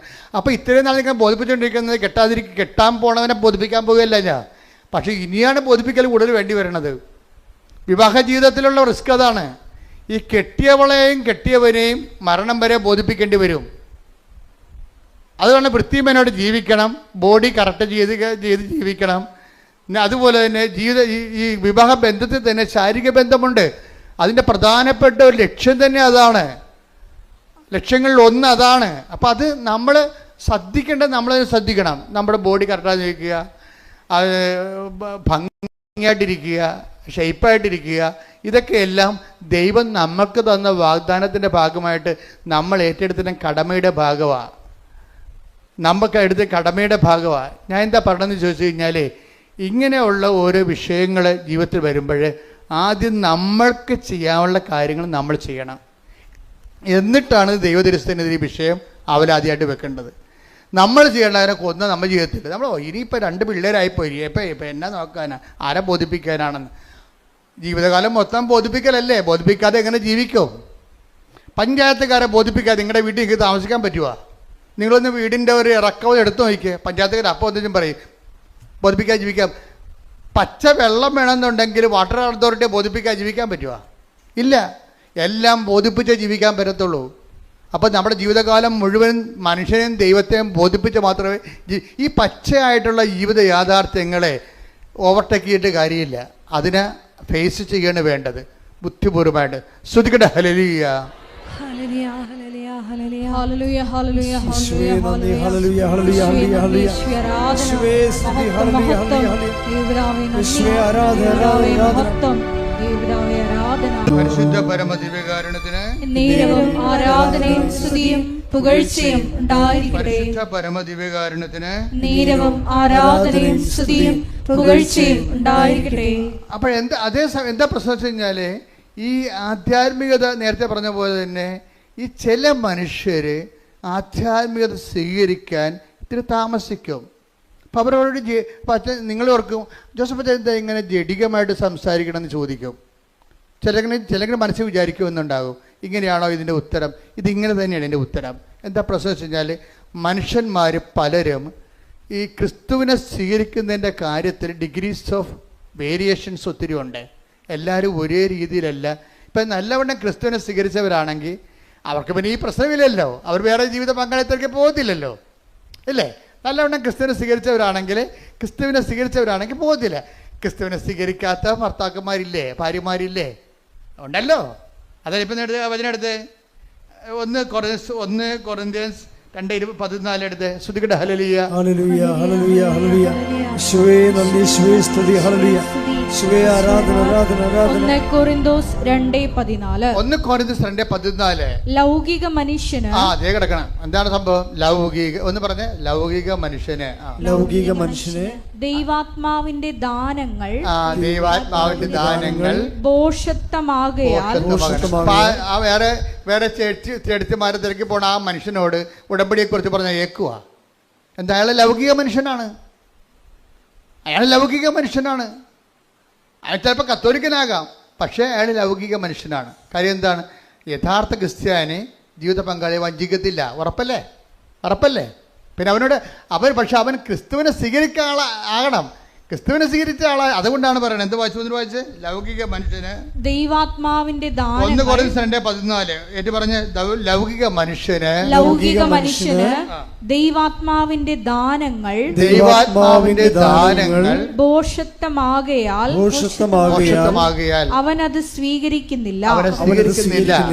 ഈ ദാനങ്ങൾ ആത്മീയമായി വിവേചിക്കപ്പെടേണ്ടവയാകയാൽ അവ ഗ്രഹിക്കാനും അവന് സാധിക്കുന്നില്ല. അപ്പൊ ഈ സീറോ ആയിട്ടുള്ള വിശ്വാസത്തെ ഉള്ള ആൾക്കാരെ ഉടമ്പടിയിലൂടെ പതുക്കെ കാര്യം ഇന്ന് സീറോ ഫെയ്ത്തിലിരിക്കുന്ന ആൾക്കാരെ പെട്ടെന്ന് ഉടമ്പടിയിൽ ഇപ്പം നമുക്കറിയാമല്ലോ. ഇപ്പം 8ാം ക്ലാസ് വെച്ച് 6ാം ക്ലാസ് വെച്ച് പഠനം നിർത്തിയെന്ന് വിചാരിച്ചോ? ഇല്ലേ? അവർക്ക് 10ാം ക്ലാസ് അവരുടെ വയസ്സ് കഴിഞ്ഞിട്ടുണ്ടെങ്കിൽ 10-32 വയസ്സായിട്ടുണ്ടെങ്കിൽ ഗവൺമെൻറ് അവർക്കൊരു പ്രൊവിഷൻ കൊടുക്കും. എന്താണ്? 10ാം ക്ലാസ് നിങ്ങൾക്ക് എഴുതാവുന്ന. ഇപ്പോൾ ഉണ്ടായിരുന്നല്ലേ? അങ്ങനെ ഉണ്ടൊരു നിയമം അല്ലേ? ഇതുപോലെ തന്നെയാണ് BAയും MAയും ഒക്കെ. അവന് +2 പണ്ട് പാസ്സായതാണ്. പിന്നെ കുറേ കാലത്ത് ഗ്യാപ്പ് വന്നുപോയി. ഇപ്പോൾ വയസ്സ് കയറുകയാണെങ്കിൽ ഗവൺമെൻറ് അവർക്ക് MA എഴുതാനുള്ള അനുവാദം കൊടുക്കും. ഉടമ്പടി ഇതാണ് സംഭവം. ഉടമ്പടി ചെയ്യണത് ഇതാണ്. എന്താ കാര്യം? നിങ്ങൾക്ക് ഫെയ്ത്തിനൊപ്പം ക്രൊണോളജിക്കൽ ഇയർ, നിങ്ങളുടെ വയസ്സിനൊപ്പം നിങ്ങളുടെ ഫെയ്ത്ത് ഇയർ വളരുന്നില്ലെന്ന് വിചാരിച്ചോ? നിങ്ങളുടെ വയസ്സിനൊപ്പം ഇപ്പം നിങ്ങൾക്ക് 40 വയസ്സുണ്ട്. പക്ഷെ 40 വയസ്സുണ്ടെങ്കിലും പണ്ടത്തെ കർത്താവിൻ്റെ മാലാഖയും കലാപരിപാടിയൊക്കെ കയ്യിലുള്ളു.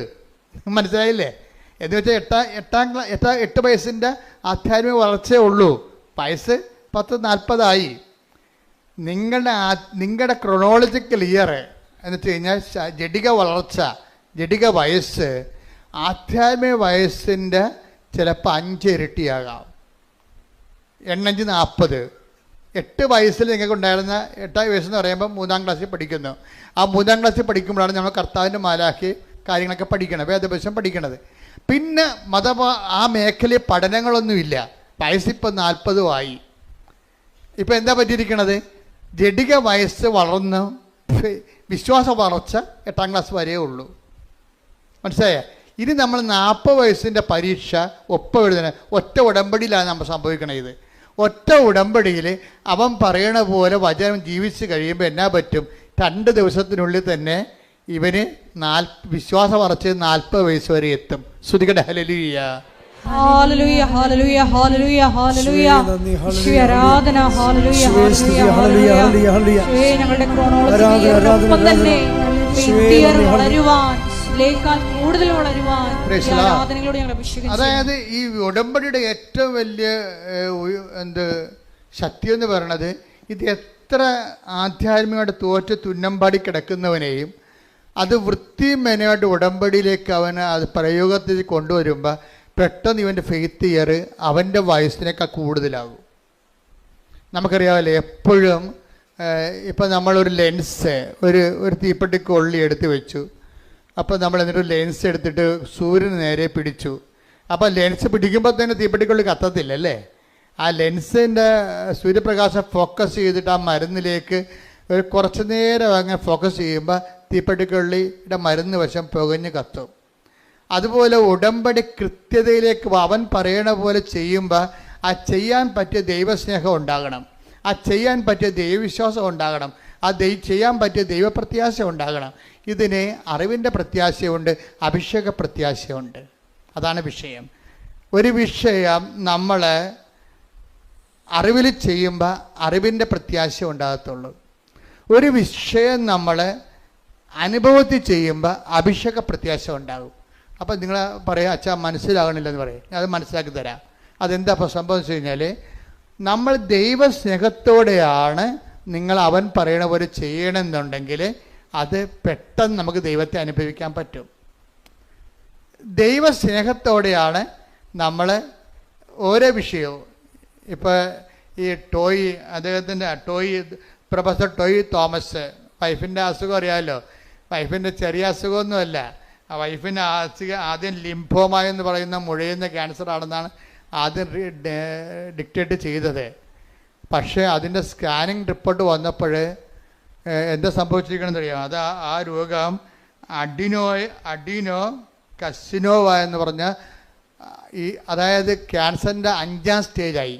5ാം സ്റ്റേജായെന്ന് വെച്ചാൽ പിന്നെ ഇനി അതിന് മരുന്നില്ല, അതിന് റേഡിയേഷൻ ഇല്ല, കീമോ ഇല്ല, ഓപ്പറേഷൻ ഇല്ല, ഒന്നുമില്ല.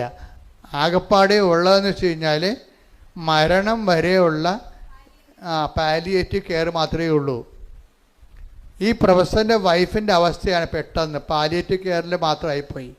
കാര്യം ആ രോഗത്തിന് മരുന്നില്ല, കീമോ ഇല്ല, റേഡിയേഷൻ നടക്കത്തില്ല, ഓപ്പറേഷൻ ഇല്ല. അപ്പോൾ ഇതെല്ലാം ഈ ഒരു സിറ്റുവേഷനിലാണ് വൈഫും പ്രൊഫസർ ടോയ് തോമസും കൂടി ഉടമ്പടി എടുക്കുന്നത്. അതായത് ഒരു ക്യാൻസറിന് അതിന് ആ 5th സ്റ്റേജിലാണ് വന്നിരിക്കുന്നത്. അതിന് ഓപ്പറേഷൻ ഇല്ല, കീമോ നടക്കാൻ പറ്റത്തില്ല, പിന്നെ ഓപ്പറേഷനും ഇല്ല, റേഡിയേഷനും ഇല്ല. അപ്പം പിന്നെ എന്താ ഉള്ളത്? മരണത്തിനായി കാത്തിരിക്കുക, ഒരുങ്ങുക മാത്രമേ ഉള്ളൂ ആ വിഷയം. അപ്പം ആ ഒരു സിറ്റുവേഷനിൽ ഈ പ്രൊഫസർ എന്താ ചെയ്യണത്? പ്രൊഫസർ പറയണത്, ഞാൻ ഈ പത്രം ഓരോ വീട്ടിലും കൊണ്ടുപോയിട്ട് കർത്താവിനെക്കുറിച്ചും ഞങ്ങളുടെ അനുഭവത്തെക്കുറിച്ചും അവരോട് സംസാരിക്കുമെന്നാണ്. ഇത് ആദ്യം തുടങ്ങിയ പരിപാടിയാണ്, വെറുതെ കൊണ്ടേ കൊടുക്കുകയല്ല. ഈ അറിവിൻ്റെ പ്രത്യാശയും അഭിഷേകത്തിൻ്റെ പ്രത്യാശയും തമ്മിൽ വ്യത്യാസമുണ്ട്. കാര്യം എന്നിട്ട് ഇവർ പറയുന്നത്, അതായത് ഇതിൽ നിന്ന് രക്ഷപ്പെടാൻ കഴിയുമെന്ന് വൈഫിന് പ്രത്യാശ ലഭിച്ചു. ഇവർക്ക് രണ്ടുപേർക്കും പ്രത്യാശ ലഭിക്കുന്നുണ്ട്. നമ്മളെപ്പോഴും പ്രത്യാശ എന്ന് പറയുമ്പോൾ ഉടനെ നമ്മൾ ഉദ്ദേശിക്കുന്നത് ഒരു അറിവിൻ്റെ പ്രത്യാശയുണ്ട്, അഭിഷേകത്തിൻ്റെ പ്രത്യാശയുണ്ട്. അറിവിൻ്റെ പ്രത്യാശ ഉണ്ടെങ്കിലും നമ്മുടെ ഉള്ളിൽ ഒരു നിരാശ ഉണ്ടാകും. മനസ്സിലായില്ലേ? അറിവ് മൂലം ഉണ്ടാകുന്ന പ്രത്യാശയും ഒരു ആത്മീയ പ്രത്യാശ അല്ലത്. അതൊരു സെക്യുലറായിട്ടുള്ള ഹോപ്പാണ്. അറിവിൽ നിന്ന് നമുക്കുണ്ടാകുന്ന ഹോപ്പാണ്. പക്ഷേ യഥാർത്ഥ ഹോപ്പ് അനോയിൻറ്റഡ് ഹോപ്പ് എന്ന് പറയും. എന്താണ്? റോമ 5:5 എടുത്ത്, പ്രത്യാശ നമ്മെ നിരാശരാക്കുന്നില്ല, കാരണം നമുക്ക് നൽകപ്പെട്ടിരിക്കുന്ന പരിശുദ്ധാത്മാവിലൂടെ ദൈവത്തിന്റെ സ്നേഹം നമ്മുടെ ഹൃദയങ്ങളിലേക്ക് ചൊരിയപ്പെട്ടിരിക്കുന്നു. അതാണ് പ്രശ്നം. ഇത് അറിവിൻ്റെ പ്രത്യാശ അല്ല. ഇത് വെച്ചുകൊണ്ട് പ്രത്യാശ എന്ന് പറഞ്ഞുകൊണ്ട് വാപിളിച്ചിട്ട് കാര്യമില്ല. ഇതെന്ന് പറയണത് പരിശുദ്ധാത്മാവിലാ നിറയുമ്പോൾ നമ്മൾ പ്രവർത്തിക്കുന്ന പരിശുദ്ധാത്മാവിനാൽ പറഞ്ഞേ നമ്മിൽ പ്രവർത്തിക്കുന്ന പരിശുദ്ധാത്മാവിനാൽ ദൈവത്തിന്റെ സ്നേഹമെന്തെന്ന് നമ്മൾ അറിയുന്നു. ഇതാണ് ഞാൻ നിങ്ങളോട് പറഞ്ഞത്. അതായത് സാധാരണ കേവലമായ അറിവിലൂടെ ഒരു പ്രത്യാശ ഉണ്ടാകും, അത് ബുദ്ധിപരമായ ഒരു പ്രത്യാശയാണ്. പക്ഷേ ദൈവദാനമായ പ്രത്യാശ എന്ന് പറയുന്ന പുള്ളി അതിൽ പരിശുദ്ധാത്മാവിൻ്റെ കണ്ടന്റ് വൈസ് റിച്ചായിരിക്കും. അതുകൊണ്ടാണ് നമുക്ക് നിരാശ തോന്നാത്തത്. പല പ്രത്യാശ, ഇപ്പോൾ ഒരു കല്യാണം വിട്ടുപോകുമ്പോൾ അമ്മ പറയും സാരമില്ല, അവൻ പോയാൽ വേറെ തന്നെ അതിനേക്കാളും നല്ല ദൈവം തരും. ആ ശരിയാണ് മമ്മി എന്ന് പറയും. അതെന്താണ്? എന്നാലും നല്ലതായിരുന്നു, അവന് PR ഉണ്ടായിരുന്നു. മനസ്സിലായില്ലേ? ഇതാണ് അലങ്കോല പ്രത്യാശ എന്ന് പറയുന്നത്.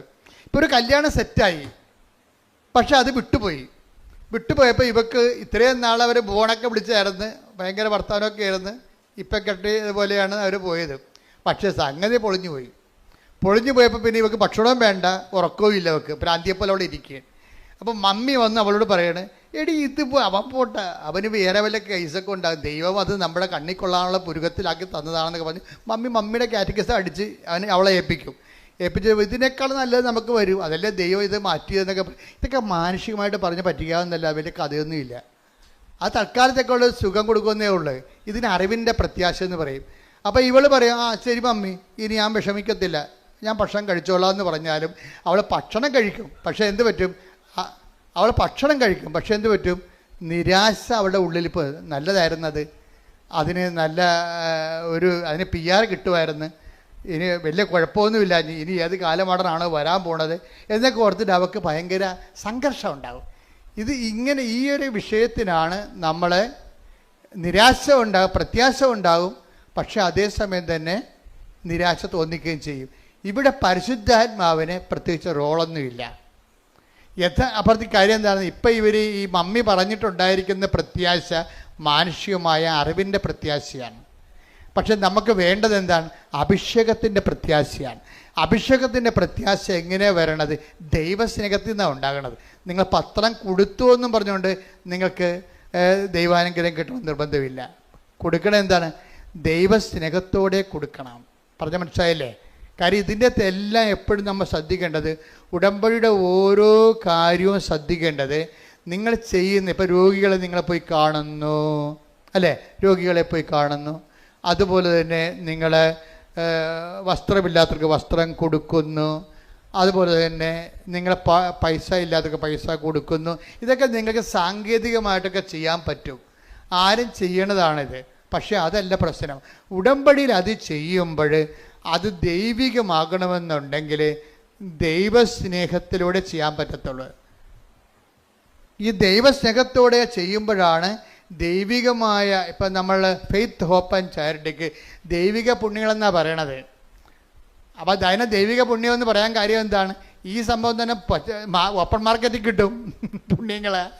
നമ്മളതിനെ പുണ്യങ്ങളെന്നല്ലേ വിളിക്കുന്നത്. പ്രത്യാശയൊക്കെ മനുഷ്യന്മാർക്കുണ്ടല്ലോ, അത് കെട്ടിയെടുത്ത് ക്രിസ്ത്യാനി ആയിട്ടില്ലെങ്കിലും പ്രത്യാശ ആൾക്കാർക്കുണ്ടല്ലോ, മാനുഷികമായ പ്രത്യാശ ഉണ്ട്. എന്തുകൊണ്ടാണ് ഇതിനെ ദൈവിക പുണ്യങ്ങളെന്ന് വിളിക്കാൻ കാര്യം എന്താണ്? ദൈവദത്തമായ പുണ്യങ്ങളാണ്. അതായത് പരിശുദ്ധാത്മാവിന് ദാനമായിട്ട് ലഭിക്കുന്നത് കൊണ്ടാണ്. അതുകൊണ്ടാണ് പൗലോസ് 5:5 പറയണത്, പ്രത്യാശ നമ്മളെ നിരാശരാക്കുന്നില്ല. പറഞ്ഞേ, പ്രത്യാശ നമ്മെ നിരാശരാക്കുന്നില്ല. നമ്മൾ ചിന്തിയിരിക്കുന്ന പരിശുദ്ധാത്മാവിനാൽ, ദൈവത്തിന്റെ സ്നേഹമെന്തെന്ന് നമ്മൾ അറിയുന്നു. അപ്പൊ പ്രത്യാശ നമ്മൾ അനുഭവിക്കുമ്പോഴും അടിസ്ഥാനപരമായിട്ട് നമ്മൾ അനുഭവിക്കുന്നത് എന്താണ്? ദൈവത്തിന്റെ സ്നേഹമാണ്. ഈ പ്രൊഫസർ ടോയ് തോമസിൻ്റെ വൈഫ്, അവർ പാലിയേറ്റീവ് കീമോയാണ് എടുത്തത്. വെച്ച് കഴിഞ്ഞാൽ അത് നല്ല മോർഫിനൊക്കെ അടിച്ചുള്ള ഒരു കീമോയാണ് ആ സംഭവം. അപ്പം അച്ഛൻ ഒരു മരവിപ്പ് തോന്നുന്നു, അത്രേ ഉള്ളൂ. രോഗം സുഖമാക്കുകയില്ല. രോഗത്തിൻ്റെ മരുന്നൊന്നും ഇല്ല, ആ രോഗത്തിന് മരുന്നില്ല, ഓപ്പറേഷൻ ഇല്ലെന്ന് പറഞ്ഞില്ല, റേഡിയേഷൻ ഇല്ല, കീമോയും ഇല്ല. പക്ഷേ ഇത് കഴിയുമ്പോൾ ഇവർക്ക് നല്ല പ്രത്യാശ കിട്ടും. ഇവർ പറയുന്ന വാക്കതാണ്, ഇങ്ങനെയൊക്കെ ഇത്രയും വലിയ ചികിത്സയാണെങ്കിലും എനിക്ക് നല്ല പ്രത്യാശ ഉണ്ടെന്ന്. ആ പ്രത്യാശ എന്ത് പ്രത്യാശയാണ്? പരിശുദ്ധാത്മാവിൻ്റെ പ്രത്യാശയാണ്, ദൈവികമായ പ്രത്യാശയാണ്. ഇവരെന്നോട് ചോദിക്കും, ഇവർ കണ്ണാടി നോക്കി ചോദിക്കണം, കർത്താവേ എൻ്റെ മുടി എന്താണ് കൊഴിയാത്തതെന്ന്. കീമോയൊക്കെ എടുക്കുന്നുണ്ട്, പക്ഷെ മുടി കൊഴിയണില്ല. കാര്യം നീ അഗ്നിയിലൂടെ നടക്കും, അഗ്നി നിന്നെ വിഴുങ്ങത്തില്ല. അഭിഷേക വിധി പ്രകാരമുള്ള പ്രത്യാശയാണ് ഇത്. ദൈവത്തിന് സാധിക്കുന്നത്, നമുക്ക് സാധിക്കുന്നത് ഉടമ്പടിയിലൂടെയാണ്. ദൈവികമായി ദാനം നമുക്ക് അവകാശമാക്കുന്നത് എങ്ങനെയാണ്? അവൻ പറയണത് പോലെ ചെയ്യുമ്പോഴല്ല, അവൻ പറയണത് പോലെ ദൈവസ്നേഹത്തോടെ ചെയ്യുമ്പോഴാണ്. കൈയടിച്ച് സ്തുതിക്കട്ടെ. ഹല്ലേലൂയ, ഹല്ലേലൂയ, ഹല്ലേലൂയ, ഹല്ലേലൂയ. ഹല്ലേലൂയ. പരിശുദ്ധ പരമ ദിവ്യകാരുണ്യത്തിന് എന്നേരവും ആരാധനയും സ്തുതിയും പുകഴ്ചയും ഉണ്ടായിരിക്കട്ടെ. ഈ കൈ നെഞ്ചത്ത് വെച്ചൊന്ന് ആത്മാർത്ഥത്തോടെ പ്രാർത്ഥിച്ചേ. കർത്താവേ, കർത്താവേ, ഞങ്ങൾക്കെല്ലാവർക്കും അഭിഷേക വിധി പ്രകാരമുള്ള പ്രത്യാശയുടെ അഭിഷേകം ലഭിക്കാൻ ഞങ്ങളെ അനുഗ്രഹിക്കണമേ. ഞങ്ങളുടെ ജീവിതത്തില് അങ്ങയുടെ തിരുസന്നിധിയിൽ വെച്ചിട്ടുള്ള വിഷയങ്ങള് അങ്ങയുടെ കാലത്ത് നടക്കുന്നത് വരെ പ്രത്യാശയോടെ ജീവിക്കുവാൻ ഞങ്ങൾക്ക് ദൈവസ്നേഹം സ്നിഗ്ധമായ പ്രത്യാശയാൽ അഭിഷേകം ചെയ്യണമേ. ഹല്ലേലൂയ, ഹല്ലേലൂയ, ഹല്ലേലൂയ, ഹല്ലേലൂയ. യേശുവേ നന്ദി, നന്ദി, ആരാധന, ആരാധന. ഹല്ലേലൂയ, ഹല്ലേലൂയ. ഇപ്പോഴും നമ്മൾ ശ്രദ്ധിക്കേണ്ട കാര്യം, ഉടമ്പടിയെ ഇങ്ങനെ ഒക്കുമെങ്കിലും ഒക്കട്ടെ, നമുക്ക് ചെയ്ത് നോക്കാം. നിങ്ങൾ അങ്ങനെ ഒരു അംബിഗസ് ഹൈപ്പോത്തറ്റിക്കലായിട്ട് ഒരു സാങ്കല്പികമായിട്ട് ചെയ്യുമ്പോഴാണ് നിങ്ങൾ ശരിക്കും ഉടമ്പടി എടുത്ത് പണി മേടിക്കുന്നത്. കാര്യം എന്താണ്? നിങ്ങൾ ദൈവത്തെ പരീക്ഷിക്കുകയാണ്. ചില ആൾക്കാരെന്ത് ചെയ്യും? അവർ ഉടമ്പടിയെക്കുറിച്ച് നല്ലവണ്ണം പഠിക്കും. ആദ്യം സാക്ഷ്യങ്ങളെല്ലാം കേട്ട് മനസ്സിൽ ഉറപ്പാക്കും. എന്നിട്ടെന്താ? ഒറ്റ ചെയ്താണ്. അവർ ഒറ്റ ചെയ്താണ്. ഉടമ്പടിക്ക് മുമ്പ് തന്നെ അവരിവിടെ വരുന്ന മുമ്പ് തന്നെ അവർ പോയി കുമ്പസാരിക്കും.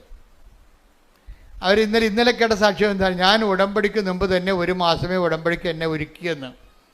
അതാണ് സംഭവം. ഞാൻ ഉടമ്പടി ചെയ്യുന്നതിന് 1 മാസം മുമ്പ് തന്നെ ഞാൻ ഉടമ്പടിയിലാണെന്ന രീതിയിൽ ജീവിക്കാൻ തുടങ്ങിയെന്ന് പറഞ്ഞിരിക്കുക. എന്താണ്? സത്യസന്ധമായിട്ട് ഇൻവെസ്റ്റ് ചെയ്തിരിക്കുകയാണ്. അപ്പം അങ്ങനെ വരണ കാരണം എന്താ വെച്ച് കഴിഞ്ഞാൽ അവർക്ക് ലാഗിങ് വരത്തില്ല. പക്ഷേ ലാഗിങ് വന്നില്ലേലും ഇങ്ങനെയുള്ള ആൾക്കാരെ സംബന്ധിച്ചിടത്തോളം ആന്തരിക അഭിഷേകമുള്ള കാരണം അവർക്ക് ടൈം പ്രശ്നമല്ലാതെ വരും. ഒരു കംപ്ലൈൻറ്റും ചെയ്യത്തില്ല. എന്താ കാര്യം? അതിന് ടൈം ആകുമ്പോൾ കർത്താവ് കൃത്യമായിട്ടത് ചെയ്യും. ഇപ്പം എന്താ വിഷയം എന്ന് പറയണത്? ഇപ്പം നിങ്ങൾക്കറിയാമല്ലോ, ഈ പറഞ്ഞ പ്രൊഫസർ ടോയ് തോമസിൻ്റെ വിഷയം തന്നെ എടുക്കുക. അവർ ആ ചേട്ടായി എന്താ ചെയ്യണത്? അവർ കോളേജ് പ്രൊഫസറാണ്, പക്ഷേ ഇവരും അതുപോലെ തന്നെ ടീച്ചറാണ്. പക്ഷെ അവരെന്ത് ചെയ്യും? അവർ ഈ സിറ്റുവേഷനിലും മറ്റുള്ളവർക്ക് ഈ പത്രങ്ങൾ കൊണ്ടുപോയി എല്ലായിടത്തും പറഞ്ഞിട്ട് അവരുടെ അനുഭവങ്ങളും, അവരുടെ അനുഭവം എന്ന് പറഞ്ഞാൽ എന്താണെന്നറിയാവോ? അവിടെ അനുഭവം എന്ന് പറഞ്ഞാൽ അവിടെ രോഗത്തിന് എന്താ സംഭവിച്ചിരിക്കുന്നത്? റേഡിയേഷൻ പറ്റത്തില്ല, ഓപ്പറേഷൻ പറ്റത്തില്ല, കീമോ പറ്റത്തില്ല. പക്ഷേ എന്ത്? പാലിയേറ്റീവ് കീമോ, മരിക്കാനുള്ള കീമോ കൊടുത്തിരിക്കുക. ആ സംഭവം പക്ഷേ 1 കീമോ കഴിഞ്ഞ് 2 കീമോ 3ാമത്തെ കീമോ ടെസ്റ്റ് ചെയ്ത് നോക്കിയപ്പോൾ ഉണ്ട് 99% ഇവർ സുഖപ്പെട്ടിരിക്കണം. അപ്പം ഇവരുടെ അനുഭവങ്ങൾ പറഞ്ഞാണ് ഇവർ ആൾക്കാർക്ക് പത്രങ്ങൾ കൊടുക്കേണ്ടത്. എന്നുവെച്ചാൽ അത് കൊടുത്ത് ഒപ്പിച്ച് തീർക്കുന്ന ഒരു കാര്യമല്ല, മറിച്ച് എന്താണ്? അത് തന്നെ ഒരു ജോലിയാണ്, പ്രേക്ഷിത പ്രവർത്തനമാണ് ഉടമ്പടി. കാര്യം കാര്യം ഇത് ആദ്യമേ തന്നെ ഞാൻ തുടങ്ങിയപ്പോൾ തന്നെ പിശാച് പല്ലും നഖവും കൊണ്ട് പത്രത്തെ എതിർത്തായിരുന്നു. ഇപ്പം ഞാൻ 3-4 പേര് ഇതിൻ്റെ ഒരു കീബോർഡിൽ നിൽക്കുന്ന ആൾക്കാരുണ്ട്. ഞങ്ങൾക്ക് ഇതിനെക്കുറിച്ച് ഐഡിയ ഉണ്ട്, വ്യക്തമായ ഐഡിയ ഉണ്ട്. അപ്പോൾ എന്തെല്ലാം ലോകം മുഴുവനും തലകുത്തും പറഞ്ഞാലും ഞങ്ങളുടെ തലകുത്തും അറിയത്തില്ല. എന്താ കാര്യം? ഇപ്പം ഞാൻ തന്നെ നിങ്ങളുടെ വിഷയത്തിൽ ഞാൻ എപ്പോഴും സംസാരിക്കണം. എന്താ കാര്യം? ഈ വിഷയത്തിൻ്റെ ഇപ്പം ഞാൻ ജീവിച്ചിരിക്കുന്നതോളം കാലം ഫസ്റ്റ് ഹാൻഡ് പ്രൈമറി വിറ്റ്നസ് ഞാനാണ്. മാതാവ് പ്രത്യക്ഷപ്പെടേണ്ട കണ്ടത് ഞാൻ മാത്രമേ അമ്മയെ കണ്ടുള്ളൂ, സത്യമായിട്ടും കണ്ടുള്ളൂ. പക്ഷെ ഇന്ന് ലക്ഷക്കണക്കിന് മനുഷ്യർ അമ്മയെ കാണുന്നുണ്ട്, അനുഭവത്തിലൂടെ നേരെയും. അപ്പോൾ ഇപ്പോൾ തന്നെ പ്രൊഫസർ ജോയ് തോമസിൻ്റെ ഈ ക്യാൻസർ വന്നിരിക്കുന്ന ചേച്ചി ഒരു ദിവസം വചനം കേട്ടോണ്ടിരിക്കുക പറയും, ഇന്ന് കഠോരമായ രോഗത്തിലിരിക്കുന്നവർ മാതാവിൻ്റെ സാന്നിധ്യം മഴവില്ല് പോലെ കാണുമെന്ന് പറഞ്ഞ് അതുപോലെ തന്നെ കണ്ട്. അതെന്താ കാര്യം വെച്ച് കഴിഞ്ഞാൽ ഈ വിശ്വാസത്തിൽ ദൈവത്തെ അന്വേഷിക്കുന്നവർക്ക് ദൈവം സമീപസ്ഥനാണ്. ദൈവം സമീപസ്ഥനാണ്. ഹൃദയ പരമാർത്ഥതയോടെ take the bed of God. സ്തുതിക്കട്ടെ. ഹല്ലേലൂയ ഹല്ലേലൂയ ഹല്ലേലൂയ ഹല്ലേലൂയ. യേശുവേ നന്ദി. ഹല്ലേലൂയ ഹല്ലേലൂയ ഹല്ലേലൂയ. യേശുവേ ആരാധന ആരാധന ആരാധന. യേശുവേ നന്ദി. മഹത്വം മഹത്വം മഹത്വം മഹത്വം. ഹല്ലേലൂയ ഹല്ലേലൂയ ഹല്ലേലൂയ. 145 സങ്കീർത്തനം 18 തിരുവചനം. സങ്കീർത്തനം 145:18. തന്നെ വിളിച്ചപേക്ഷിക്കുന്നവർക്ക് തന്നെ വിളിച്ചപേക്ഷിക്കുന്നവർക്ക് ഹൃദയ പരമാർത്ഥതയോടെ വിളിച്ചപേക്ഷിക്കുന്നവർക്ക് കർത്താവ് സമീപസ്ഥനാണ്. കർത്താവ് സമീപസ്ഥനാണ്. കളങ്കമില്ലാതെ പരമാർത്ഥത വേണം. അല്ല വെക്കുവോ? അച്ഛൻ പറഞ്ഞ് ശരിയായിരിക്കുവോ? അത് മഴവില്ല് ചുമ്മാ കണ്ടതല്ലേ? ആകാശത്ത് കാണാൻ മഴവില്ലൊക്കെ പിന്നെ അച്ഛൻ പറഞ്ഞതാണ്. അച്ഛൻ പറഞ്ഞില്ല, പറഞ്ഞാലും പറഞ്ഞില്ലെങ്കിലും മഴവില്ല അവിടെ ഉണ്ടാകത്തില്ലേ? ഇങ്ങനെയൊക്കെ എന്ത് വേണമെങ്കിൽ നമുക്ക് സംശയിക്കാം. അതുകൊണ്ട് തന്നെയാണ് ഹൃദയ പരമാർത്ഥതയോടെ. കാര്യം എന്താണ്? കർത്താവ് എന്നോട് സംസാരിച്ചതാണെന്ന് അതൊക്കെയറിയാമല്ലോ. ദൈവവിധി പ്രകാരമുള്ള ദൈവഹിതപ്രകാരമുള്ള ദർശനങ്ങളുണ്ടാകും. അപ്പോൾ ആ വ്യക്തിക്ക് അത് ഉദ്ദേശിക്കുന്നുണ്ടെങ്കിൽ ആ വ്യക്തിക്ക് അതിൻ്റെ ഇൻ്റർപ്രിട്ടേഷൻ കൊടുത്തിരിക്കും ദൈവം. ഇങ്ങനെയല്ല നമ്മൾ സ്വപ്നത്തിലൂടെ ഓരോ കാര്യങ്ങൾ വിവേചിക്കുന്നത്. ദൈവഹിതപ്രകാരമുള്ള ദൈവം ഉദ്ദേശിച്ചിട്ട് കൊടുക്കുന്ന സ്വപ്നങ്ങളുണ്ട്, ദൈവം ഉദ്ദേശിച്ചിട്ട് കൊടുക്കുന്ന ദർശനങ്ങളുണ്ട്. അതെന്താണ്? അതിൻ്റെ പ്രിൻ്റ് ഔട്ട് ഉൾപ്പെടെയാണ് അതിൻ്റെ ആ വ്യക്തിയെ അഡ്രസ്സ് ചെയ്യണത് വിത്ത് അഡ്രസ്സാണ് കൊടുക്കണത്. കാര്യം എന്താണ്?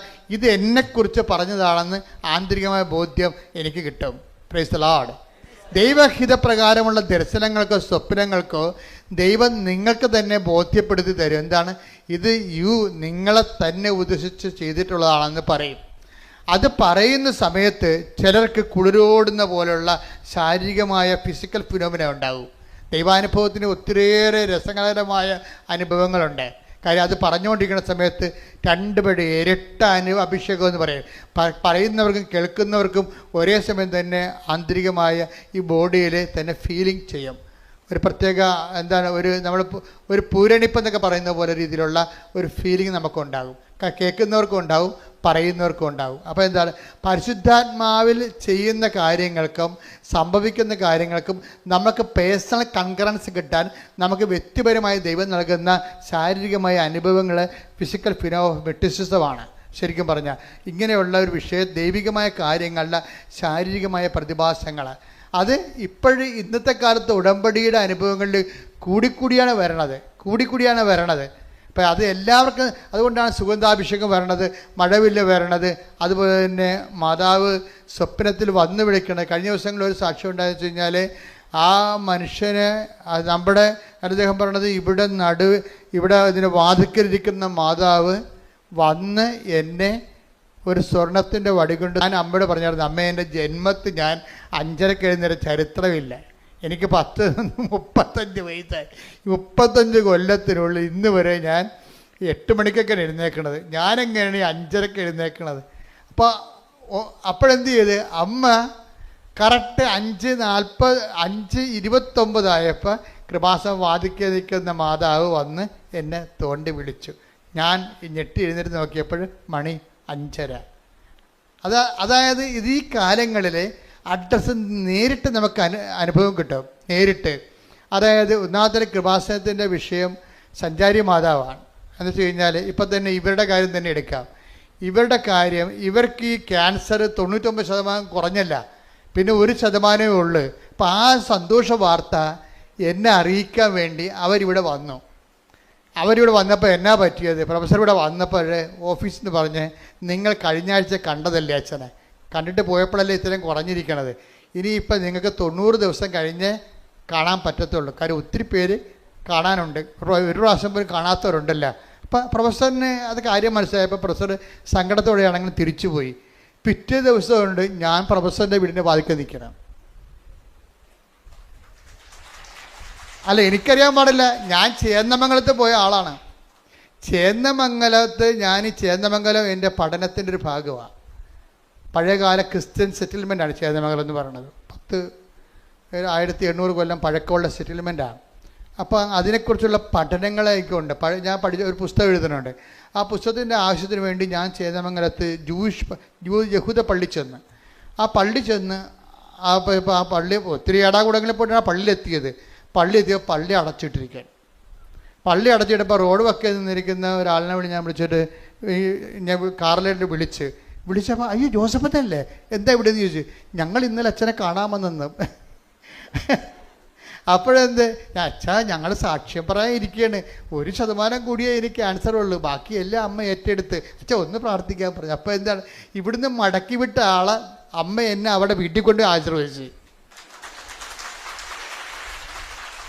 അപ്പോൾ എന്താ പ്രശ്നം വെച്ച് കഴിഞ്ഞാൽ സഞ്ചാരി മാതാവ് ഇതാണ് സംഭവം.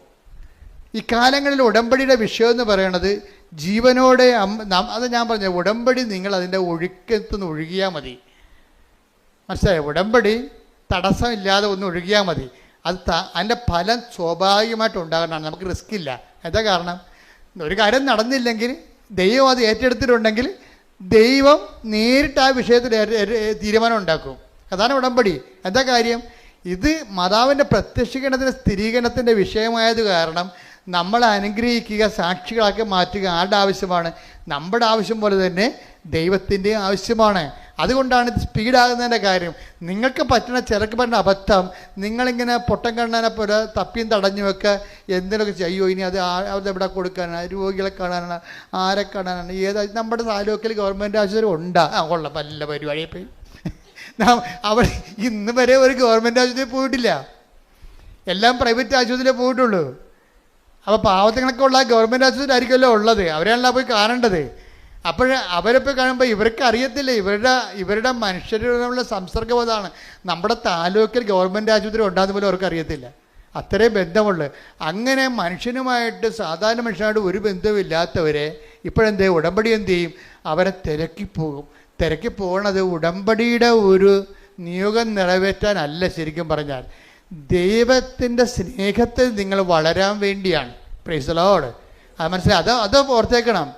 ഉടമ്പടി അപ്പോൾ നിങ്ങൾ ഞങ്ങൾ പ്രൈവറ്റ് ആശുപത്രിയിൽ പോയി, ഞങ്ങളത് കണ്ടു, രോഗികൾ കണ്ടു, കുറേ നേരം അവിടെ ഇരുന്ന് സംസാരിച്ചു, അവർക്ക് ഞങ്ങളുടെ കയ്യിലുള്ളതൊക്കെ കൊടുത്തു എന്നൊക്കെ പറഞ്ഞാൽ ഒന്നും ഉടമ്പടി വർക്ക് ചെയ്യത്തില്ല.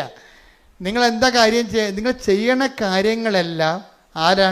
ക്രിസ്തുവിനോടുള്ള സ്നേഹത്തോടെയാണ് ചെയ്യേണ്ടത്. Price the Lord.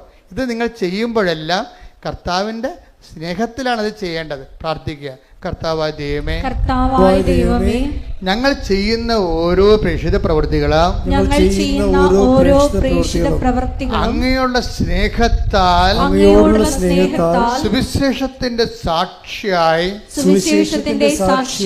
ചെയ്യുവാൻ ഇടയാക്കണമേ. അപ്പോഴേ ഇതിൻ്റെ വിഷയത്തിൽ നമ്മൾ ചെയ്യും തോറും നമ്മൾക്ക് പരിശുദ്ധാത്മാവിനെ കിട്ടും. നമുക്കിത് ചെയ്യുമ്പോൾ ഈ പരിശുദ്ധാത്മാവിലാണ് നിങ്ങൾ ചെയ്തത്, അത് ഉടമ്പടിയുടെ കാര്യങ്ങൾ നിറവേറ്റാൻ വേണ്ടി, നമ്മുടെ കാര്യം നേടാൻ വേണ്ടി ഉള്ള ഉദ്ദേശത്തിലാണ് ചെയ്തതെന്ന് അറിയാൻ പറ്റും നമുക്ക്. ഇപ്പം നിങ്ങളൊരു കാര്യം ചെയ്ത് ഒരു സാരി വാങ്ങിച്ചു കൊടുത്തു, അല്ലെങ്കിൽ നിങ്ങൾ പൈസ ആൾക്കാർക്ക് കൊടുത്തു, അല്ലെങ്കിൽ നിങ്ങൾ ഭക്ഷണം പാകം ചെയ്തുകൊണ്ട് കൊടുത്തു. ഇത് നിങ്ങൾ ചെയ്യുമ്പോൾ ഇത് പരിശുദ്ധാത്മാവിലാണ് ചെയ്തത്. അതാ നിങ്ങളുടെ ഹ്യൂമൻ സ്പിരിറ്റിൽ ഉടമ്പടിയുടെ കാര്യങ്ങൾ നിറവേറ്റാൻ വേണ്ടി ചെയ്യണമല്ലോ എന്ന് വിചാരിച്ചുകൊണ്ട് ചെയ്യാൻ വേണ്ടി ചെയ്തതാണോ എന്ന് അറിയാൻ നമുക്ക് പറ്റും. എങ്ങനെ അറിയാൻ പറ്റുമെന്ന് അറിയാമോ? പരിശുദ്ധാത്മാവിലാണ് ചെയ്തതെങ്കിൽ പിന്നെയും ചെയ്യാൻ വേണ്ടി നമുക്ക് സ്പിരിറ്റ് ഉണ്ടാകും. ഇല്ലെന്നുണ്ടെങ്കിൽ ഇന്ന് രോഗികൾ കൊണ്ടേ കൊടുത്ത് ഇനിയിപ്പോൾ 90 ദിവസം അതവരെ കൊടുത്താൽ മതിയല്ല. മനസ്സിലായില്ലേ? 90 ദിവസം ഉണ്ട്. അപ്പോൾ എല്ലാ ആഴ്ചയും കൊണ്ടുപോയി രോഗികൾക്ക് ഭക്ഷണം കൊടുക്കണം. കുഴപ്പമില്ല, 90 ദിവസം വരെ കൊടുക്കാം, പട്ടണത്തിനും കൊടുക്കാം. അപ്പം നമ്മൾ ഈ ദിവസം എണ്ണി കൊടുക്കും. അത് പക്ഷേ അതിനൊന്നും കൗണ്ട് ഡൗൺ ആണ്. അതൊക്കെ എന്താ പ്രശ്നം വെച്ച് കഴിഞ്ഞാൽ അത് ഉടമ്പടി പ്രകാരമല്ല. അത് നിങ്ങളുടെ വയറ്റിപ്പഴപ്പിന് വേണ്ടി നിങ്ങൾ ചെയ്യുന്ന എന്തോ ഒരു ദൈവത്തിൻ്റെ കണ്ണി പൊടിയിടാൻ വേണ്ടിയുള്ള എന്തോ ഒരു തരം പ്രവർത്തനങ്ങളാണ്, മനുഷ്യപ്രവർത്തനങ്ങളാണ്. അത് പ്രേക്ഷിത പ്രവർത്തനങ്ങളല്ല. ഇത് പ്രേക്ഷിത പ്രവർത്തനവും മനുഷ്യപ്രവർത്തനവും തമ്മിൽ വ്യത്യാസം. പ്രേക്ഷിതം മീൻസ് അതിൻ്റെ അർത്ഥം എന്താ? വൺ ഹു ഈസ് സെൻറ്റ്, അല്ലേ? പ്രേക്ഷിതം അതായത് ഒരാളെ പറഞ്ഞു വിടുക. ഒരാൾ പറഞ്ഞിട്ടാണ് നമ്മളത് ചെയ്യണത്. അതിനാണ് പ്രേക്ഷിതം എന്ന് പറയണത്. സംസ്കൃത വാക്കാണ്, അതിനാ പ്രേക്ഷിത എന്നൊക്കെ പറയത്തില്ലേ. എന്നുവെച്ചാൽ സ്വയം ചെയ്യണതല്ല. ദൈവം എൻ്റെ പിതാവ് എന്നെ അയച്ചതുപോലെ ടേക്ക് ദ ബെഡ് അപ്പ് സ്തുതിക്കട്ടെ. ഹല്ലേലൂയ ഹല്ലേലൂയ ഹല്ലേലൂയ. യേശുവേ നന്ദി, യേശുവേ സ്തുതി. ഹല്ലേലൂയ ഹല്ലേലൂയ ഹല്ലേലൂയ ഹല്ലേലൂയ. യേശുവേ ആരാധന ആരാധന ആരാധന. യേശുവേ നന്ദി, മഹത്വം മഹത്വം മഹത്വം. യോഹന്നാൻ 20:21. യോഹന്നാൻ 20:21. പിതാവ് എന്നെ അയച്ചതുപോലെ ഏറ്റു പറഞ്ഞ പിതാവ് എന്നെ അയച്ചതുപോലെ ഞാനും നിങ്ങളെ അയക്കുന്നു.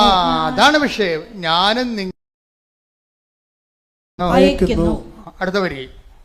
ഇത് പറഞ്ഞിട്ട് അവരുടെ മേൽ വിശ്വസിച്ചുകൊണ്ട് അവരോട് അരുൾ ചെയ്തു, നിങ്ങൾ പരിശുദ്ധാത്മാവിനെ സ്വീകരിക്കുവിൻ. അപ്പോൾ എപ്പോഴും പ്രേക്ഷിത പ്രവർത്തനത്തിന് അത് എൻസ്പിരിറ്റഡ് ആണ്, മനസ്സിലായില്ലേ? മറ്റൊരു സാധാരണ പ്രവർത്തനങ്ങൾക്ക് ഹ്യൂമൻ സ്പിരിറ്റഡ് ആണ്. ഇത് വ്യത്യാസം ഇതാണ്. പ്രേക്ഷിത പ്രവർത്തനം ഇപ്പം നമ്മൾക്ക് നമ്മുടെ IELTS പാസ്സാകാൻ വേണ്ടി നമ്മൾ പൊതിച്ചോറ് കെട്ടിക്കൊണ്ടുപോയി രോഗികൾക്ക് കൊടുക്കുന്ന ഗുഡ് ബൈ, അവരും തിന്ന് നമുക്ക് സമാധാനം. എന്നിട്ട് നമ്മൾ കമ്പ്യൂട്ടറെ റിസൾട്ട് വന്നാന്ന് പറഞ്ഞ് കൈയടിച്ചെടുത്ത് നോക്കിക്കൊണ്ടിരിക്കുന്നു. ഇത് ഹ്യൂമൻ സ്പിരിറ്റിലാണ് വർക്ക് ചെയ്യണത്. പ്രേക്ഷിത പ്രവർത്തനം എന്ന് പറഞ്ഞാൽ എന്താണ്? എൻ്റെ പിതാവ് എന്നെ അയച്ചതുപോലെ, പിതാവ് യേശുവിന് ഏറ്റവും വലിയ പ്രേക്ഷിതനാരാണ്? ഈശോയാണ്. അപ്പ അയച്ചതാണ്. എൻ്റെ പിതാവിനെ അയച്ചതുപോലെ എന്ത് ചെയ്യണം? ഞാനും നിങ്ങളെ അയക്കുന്നു. അപ്പോൾ നിങ്ങൾ പോകുമ്പോൾ യേശുക്രിസ്തുവാണ് നിങ്ങളെ ഗവൺമെൻറ് ആശുപത്രിയിലോട്ട് പറഞ്ഞു വിട്ടിരിക്കുന്നത് എന്ന് നമുക്ക് ഫീൽ ചെയ്യണം. അപ്പോഴാണത് പ്രേക്ഷിത പ്രവർത്തനം ആകണത്. യേശുക്രിസ്തുവാണ് നിങ്ങളെ കർത്താവെ ഒരു 10 പത്രം കയ്യിലെടുത്ത് വെച്ച് അല്ലെങ്കിൽ 10 പൊതിച്ചോറ് ഉണ്ടാക്കുന്ന സമയത്ത് നിങ്ങൾ ജപമാല ചൊല്ലിക്കൊണ്ടാണല്ല രോഗികൾക്ക് വേണ്ടി പൊതിച്ചോറ് ഉണ്ടാക്കുന്നത്. അപ്പോൾ ഉണ്ടായിക്കൊണ്ടിരിക്കുന്ന സമയത്ത് നിങ്ങൾക്ക് അത് കൊണ്ടുപോകുന്നതിന് വേണ്ടി പരിശുദ്ധാത്മാവ് നിങ്ങൾക്ക് ആ സമയത്ത് തരും ദൈവം. അതാണ് പ്രേക്ഷിത പ്രവർത്തനത്തിൻ്റെ ഗുണം. പരിശുദ്ധാത്മാവ് തന്നു കഴിഞ്ഞാൽ ഇപ്പോൾ ഈ ജിബിൻ്റെ സാക്ഷ്യം കണ്ട് ജുബിൻ ഞാൻ പറഞ്ഞു നേരത്തെ പറഞ്ഞ കക്ഷിയിൽ അയാളുടെ ചെറുപ്പക്കാരനാണ്. അയാൾ ഉടമ്പടി എടുത്തപ്പോൾ എന്താ സംഭവിച്ചത്? അയാൾക്ക് 4 സപ്ലൈ ഉണ്ടായത്, പിന്നെ അത് കൂടി 7 സപ്ലൈ ആയി. പിന്നെ എന്ത് ചെയ്ത് അടുത്ത എഴുത്തിന് 7 സപ്ലൈ ആൾ ജയിച്ചു. അതാണ് വിഷയം. അപ്പോൾ അത് പക്ഷെ അയാൾ ചെയ്യണ കാര്യം എന്താണെന്നറിയാമോ? അയാൾ അതായത് വേറെ ബ്ലോസം എന്ന് പറഞ്ഞൊരാളെ കണ്ടുമുട്ടി ആശുപത്രി ചെന്നപ്പോൾ. ബ്ലസ്സൻ, ഈ ജൂബിൻ ബ്ലസ്സൻ എന്ന് പറഞ്ഞ ഒരാളെ ആശുപത്രിയിൽ കണ്ടുമുട്ടി. ബ്ലസ്സൻ എന്താ? ബ്ലസ്സന് ക്യാൻസറാണ്. അപ്പോൾ ബ്ലസ്സനെ ചികിത്സിച്ച് അവന് അയാളുടെ കയ്യിലുള്ളതൊക്കെ കൊടുത്ത് അവന് ഭക്ഷണമൊക്കെ വാങ്ങിച്ചു കൊടുത്ത് ബ്ലസ്സിന് തോന്നി ഇവനിപ്പോൾ പാവപ്പെട്ടവനാണ്, ഇവൻ്റെ അമ്മ ഇവിടെ നിന്ന് നോക്കിക്കൊണ്ടുകൂടെ നിൽക്കണം, അവർ പോയി കുളിക്കുകയോ വല്ലതും ചെയ്യണമെന്നുണ്ടെങ്കിൽ ഇവിടെ ഇവനെ നോക്കാൻ ആരുമില്ല. അപ്പോൾ ജൂബിൻ പറഞ്ഞു, ബ്ലസ്സിൻ്റെ അമ്മയല്ലേ, അമ്മ വീട്ടിൽ പോയി കുളിക്കുക നനക്കൊക്കെ ചെയ്തിട്ട് വാ, ഞാനിവിടെ ഇവനെ നോക്കിക്കൊണ്ട് നിന്നോളാം. കളി വേണ്ട, അത് പ്രേക്ഷിത പ്രവർത്തനം എന്ന് പറഞ്ഞാൽ അതാണ്. കളി മരണം കണ്ടില്ലേ? അങ്ങനെ നിന്ന് എത്ര ദിവസം എന്നറിയാവോ? അവൻ പാവപ്പെട്ടത് കൊണ്ട് അവർക്ക് ഒരു നേരം ആഹാരം കിട്ടണമെങ്കിൽ പണിയെടുക്കണ്ടേ. അപ്പം അതുകൊണ്ട് ഞാൻ എന്ത് ചെയ്ത് അമ്മയെ പറഞ്ഞ് വീട്ടിൽ വിട്ടിട്ട് ഞാൻ 1 മാസം അവൻ്റെ കൂടെ നിന്നെന്ന് പറഞ്ഞു. Price the Lord. ഇതാണ് പ്രേക്ഷിത പ്രവർത്തനം. ഇതാണ് പ്രേക്ഷിത പ്രവർത്തനം. അപ്പോൾ അവൻ മരിക്കാനായപ്പോൾ അവൻ പറഞ്ഞു എനിക്ക് ജൂബിനെ കാണണമെന്ന് പറഞ്ഞു. പിന്നെ ജൂബിൻ പോയി കണ്ടു. ജൂബിൻ്റെ കൂടെ കൈവച്ച് അവൻ മരിച്ചു. അപ്പോൾ ഒരു മനുഷ്യന്മാരെങ്ങനെ ജീവിക്കണം എന്ന് നോക്കിയേ. അവസാന നിമിഷമാണ് അവനെ ശുശ്രൂഷിക്കാൻ കിട്ടിയെങ്കിലും ആ ജീവിതകാലം മുഴുവൻ ഇതിൽ നിന്ന് വരുമാനം കിട്ടി. ഈ ജൂബിനെ ഈ ബ്ലസ്സനെ സ്നേഹിച്ചതിൻ്റെ പേരിൽ കർത്താവ് അവൻ്റെ മരണം വരെ ഇതിൽ നിന്ന് അവന് വരുമാനം വന്നുകൊണ്ടിരിക്കും, കൃപയുടെ വരുമാനം വന്നുകൊണ്ടിരിക്കും. ഒരിക്കലും ജൂബിനെ ദൈവം മറക്കത്തില്ല. അതുപോലെ നിങ്ങളെയും ദൈവം ഒരിക്കലും മറക്കാനാവാ ദൈവത്തിന് എന്ന് ഓർക്കാൻ പറ്റുന്ന രീതിയിൽ ഒരു പ്രേക്ഷിതയായി നിങ്ങൾ ഉയർത്താനും വളർത്താനും വേണ്ടി ഇടിമുഴക്കം പരിശോധിക്കണ്ടേ.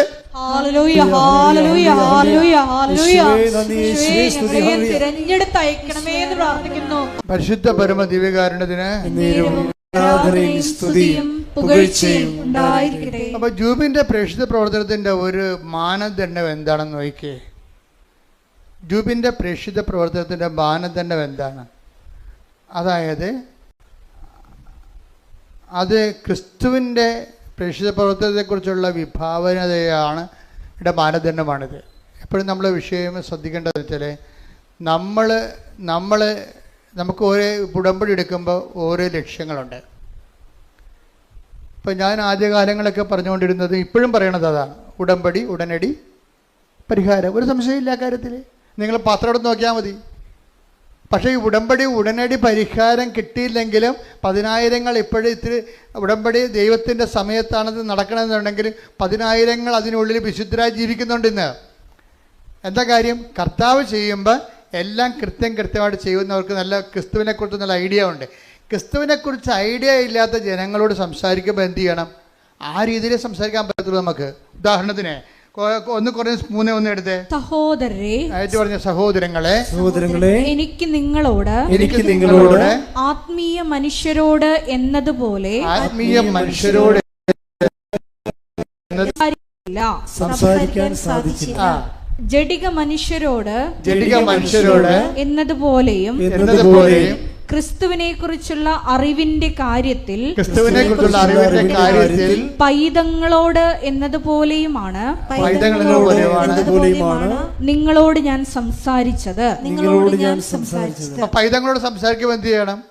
അവർക്ക് മിഠായി, ബലൂൺ, അതുപോലെയുള്ള കളിപ്പാട്ടം, ഇങ്ങനെ കുറേ സംഭവങ്ങളില്ലേ, അവർ കിട്ടിയാൽ മാത്രമേ മദറിൻ്റെ സ്നേഹം. നിങ്ങൾക്കറിയാവില്ല, ഇപ്പം കുഞ്ഞുങ്ങളെ അമ്മയെന്ന് വിളിക്കണ ആരെയാണ്? പലപ്പോഴും ആയമാരെ വിളിക്കണതല്ലേ.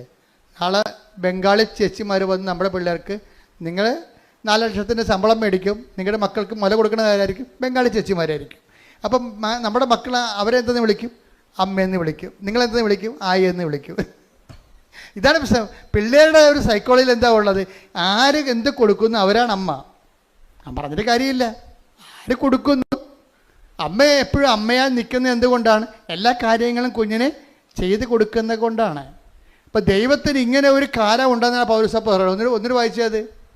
സഹോദരങ്ങളെ എനിക്ക് നിങ്ങളോട് ആത്മീയ മനുഷ്യരോട് എന്നതുപോലെ സംസാരിക്കാൻ സാധിച്ചില്ല. സംസാരിക്കാൻ സാധിക്കും. ആത്മീയ മനുഷ്യരോടാണ് സംസാരിക്കണമെന്നുണ്ടെങ്കിൽ എന്താണ്? നേരത്തെ പറഞ്ഞ കാര്യം 1 തിമോത്തി 4:8 എന്താണ്? ആത്മീയ മനുഷ്യരോട് സംസാരിക്കുന്നത് എന്തിനെക്കുറിച്ചാണ്? നിത്യജീവനെക്കുറിച്ചായിരിക്കും. ജഡിക മനുഷ്യരോട് സംസാരിക്കുന്നത് എന്തിനെക്കുറിച്ചായിരിക്കും? ഈ ജീവിതത്തിന് വേണ്ടിയായിരിക്കും സംസാരിക്കണത്. അപ്പോൾ ഈ ജീവിതത്തിന് വേണ്ടി കർത്താവ് അഡ്രസ്സ് ചെയ്യണില്ലേ? അതാണല്ലോ ഉടമ്പടി. ഈ ജീവിതത്തിന് വേണ്ടി അവർക്ക് വീഞ്ഞില്ല, അവർക്ക് വീടില്ല, അവർക്ക് ജോലിയില്ല, അവരുടെ വിവാഹം നടക്കണില്ല, അവർക്ക് രോഗമാണ്. ഇതല്ലേ പരിശുദ്ധ ഉടമ്പടിയിലൂടെ ഈശോയോട് പറഞ്ഞിട്ടല്ലേ സമയബന്ധിതമായി ഈ വിഷയം സമാധാനം ഉണ്ടാകേണ്ടത്. പക്ഷേ അടുത്ത പടി എന്താണ് ഉടമ്പടിയുടെ? ഈ ജീവിതത്തിന് വേണ്ടി മാത്രമാണ് നിങ്ങൾ യേശുക്രിസ്തു ഇട്ടേക്കുന്നത്. വെളപ്പാട് ശ്രദ്ധിക്കണം. ഹല്ലേലൂയ ഹല്ലേലൂയ ഹല്ലേലൂയ ഹല്ലേലൂയ ഹല്ലേലൂയ ഹല്ലേലൂയ. യേശുവേ നന്ദി, യേശുവേ സ്തുതി. കൊരിന്തോസ് 15:19 ഈ ജീവിതത്തിന് വേണ്ടി മാത്രം പറഞ്ഞ ഈ ജീവിതത്തിന് വേണ്ടി മാത്രം ക്രിസ്തുവിൽ പ്രത്യാശ വച്ചിട്ടുള്ളവരാണെങ്കിൽ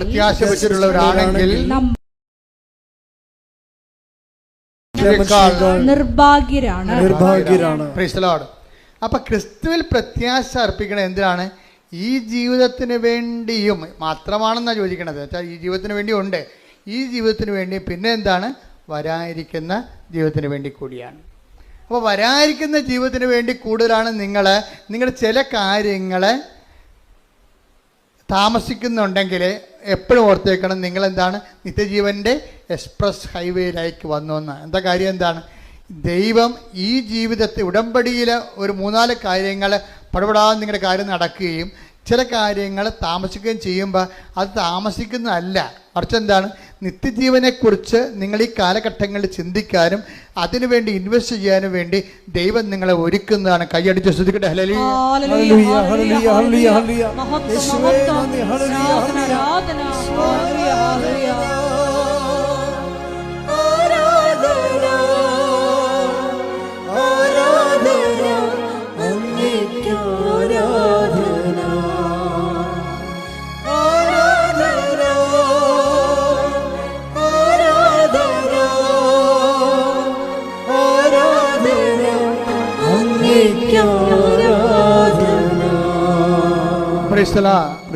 മലയാളിക്ക് ഒരു കുഴപ്പമുള്ള,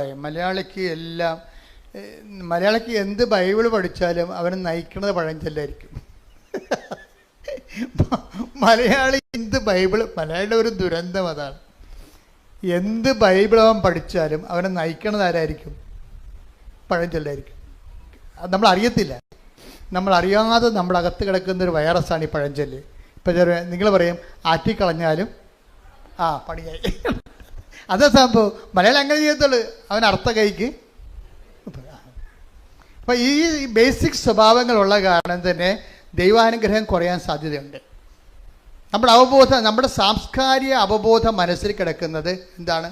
ഇതുപോലെ തന്നെ ബൈബിളേതരമായി നിലവാരപ്പെട്ടിട്ടുള്ള ദൈവഹിതപ്രകാരമുള്ള ദൈവത്തെ സ്വീകരിക്കാത്ത ഒരു ജനതയുടെ സ്വയം പ്രകാശനങ്ങളാണ്. അതിനാണ് പഴഞ്ചൊല്ലെന്ന് പറയണത്. എന്താ പ്രോബ്ലം എന്ന് വെച്ച് കഴിഞ്ഞാൽ ബൈബിളിനെതിരാണ്. നിങ്ങൾ പറയും ആറ്റിക്കളഞ്ഞാലും അളന്ന് കളയണം. അപ്പോൾ കർത്താവ് എന്ന് പറയും, നിങ്ങൾ അളക്കുന്ന അളവ് പോലോട്ട് തന്നെ തിരിച്ചു നിങ്ങൾക്ക് മാത്രം അളന്നാൽ പറ്റത്തില്ല.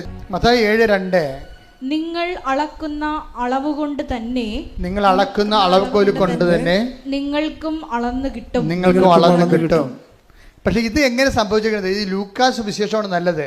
ലൂക്കാസ് വിശേഷം 6:38 അവസാനമാണ് പറയണത്, നിങ്ങൾ അളക്കുന്ന അളവുകോല് കൊണ്ട് തന്നെ നിങ്ങൾക്കും അളന്ന് കിട്ടുമെന്ന്. പക്ഷെ എന്താ പ്രശ്നം വെച്ചാൽ അതൊക്കെ മുമ്പ് പറഞ്ഞ വാക്ക് എന്താണ്? കൊടുക്കുവിൻ നിങ്ങൾക്ക് ലഭിക്കും. അതാണ് പറഞ്ഞത്. അതിക്ക് മുമ്പ് പറഞ്ഞ കൊടുക്കുവിൻ നിങ്ങൾക്ക് ലഭിക്കും. എന്ത് കിട്ടും? അമർത്തി കുലുക്കി നിറച്ചളന്ന് അവൻ നിൻ്റെ മടിയിലോട്ട് ചൊരിയും എന്ന് പറഞ്ഞിട്ടാണ് പറഞ്ഞത്. ഇങ്ങനെ ചൊരിയണമെങ്കിൽ എന്ത് ചെയ്യണം? നിങ്ങൾ അളക്കുന്ന അളവുപോലെ തന്നെ നിങ്ങൾക്കും, നിങ്ങൾക്ക് കൈ നീളത്തില്ലെന്ന് നമ്മൾ ദൈവം കൈ നീളത്തില്ലെന്ന് അർത്ഥം. നമ്മൾക്ക് കൈ നീളത്തില്ലെങ്കിൽ ദൈവത്തിൻ്റെ കൈ നീളത്തില്ലെന്നാണ് ഈ പറയണത്. കേൾക്കുമ്പോൾ അവർക്കും നമുക്ക് കൊടുക്കുമെന്നെങ്കിൽ ലഭിക്കും. പക്ഷെ എങ്ങനെ കൊടുക്കണം? അമർത്തി കുലുക്കി നിറച്ച് അളന്ന് അവൻ നിൻ്റെ മടിയിലോട്ട് ചൊരിയണമെങ്കിൽ എന്ത് ചെയ്യണം? നമ്മൾ അളക്കണം ആദ്യം. നിങ്ങൾ അളക്കുന്ന അളവ്, അല്ലാതെ ദൈവമാണല്ലോ ആദ്യം അളക്കണത്. ആ വചനം ഒന്ന് വായിച്ചേ. ലൂക്ക 6:38. ലൂക്ക 6:38. കൊടുക്കുവിൻ നിങ്ങൾക്കും കിട്ടും, നിങ്ങൾക്ക് ലഭിക്കും. അമർത്തി കുലുക്കി നിറച്ചളന്ന് അവർ നിങ്ങളുടെ മടിയിൽ ഇട്ട് തരും. നിങ്ങളുടെ മടിയിൽ ഇട്ട് തരും. നിങ്ങൾ അളക്കുന്ന അളവ് കൊണ്ട് തന്നെ, നിങ്ങൾ അളക്കുന്ന അളവ് കൊണ്ട് തന്നെ നിങ്ങൾക്കും അളന്ന് കിട്ടും. നിങ്ങൾക്കും അളന്ന് കിട്ടും. ഞാൻ എന്ത് ഇത് വായിച്ചപ്പോഴേക്കും ഈ ജുബിനുണ്ടല്ലോ നിത്യത സമൃദ്ധമായിരിക്കും.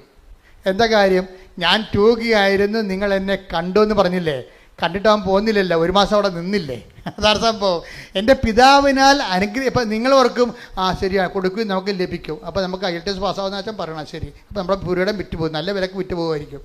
നിങ്ങൾ ഞാൻ പറയണതൊന്ന് ചിന്തിക്കണ വേറെ.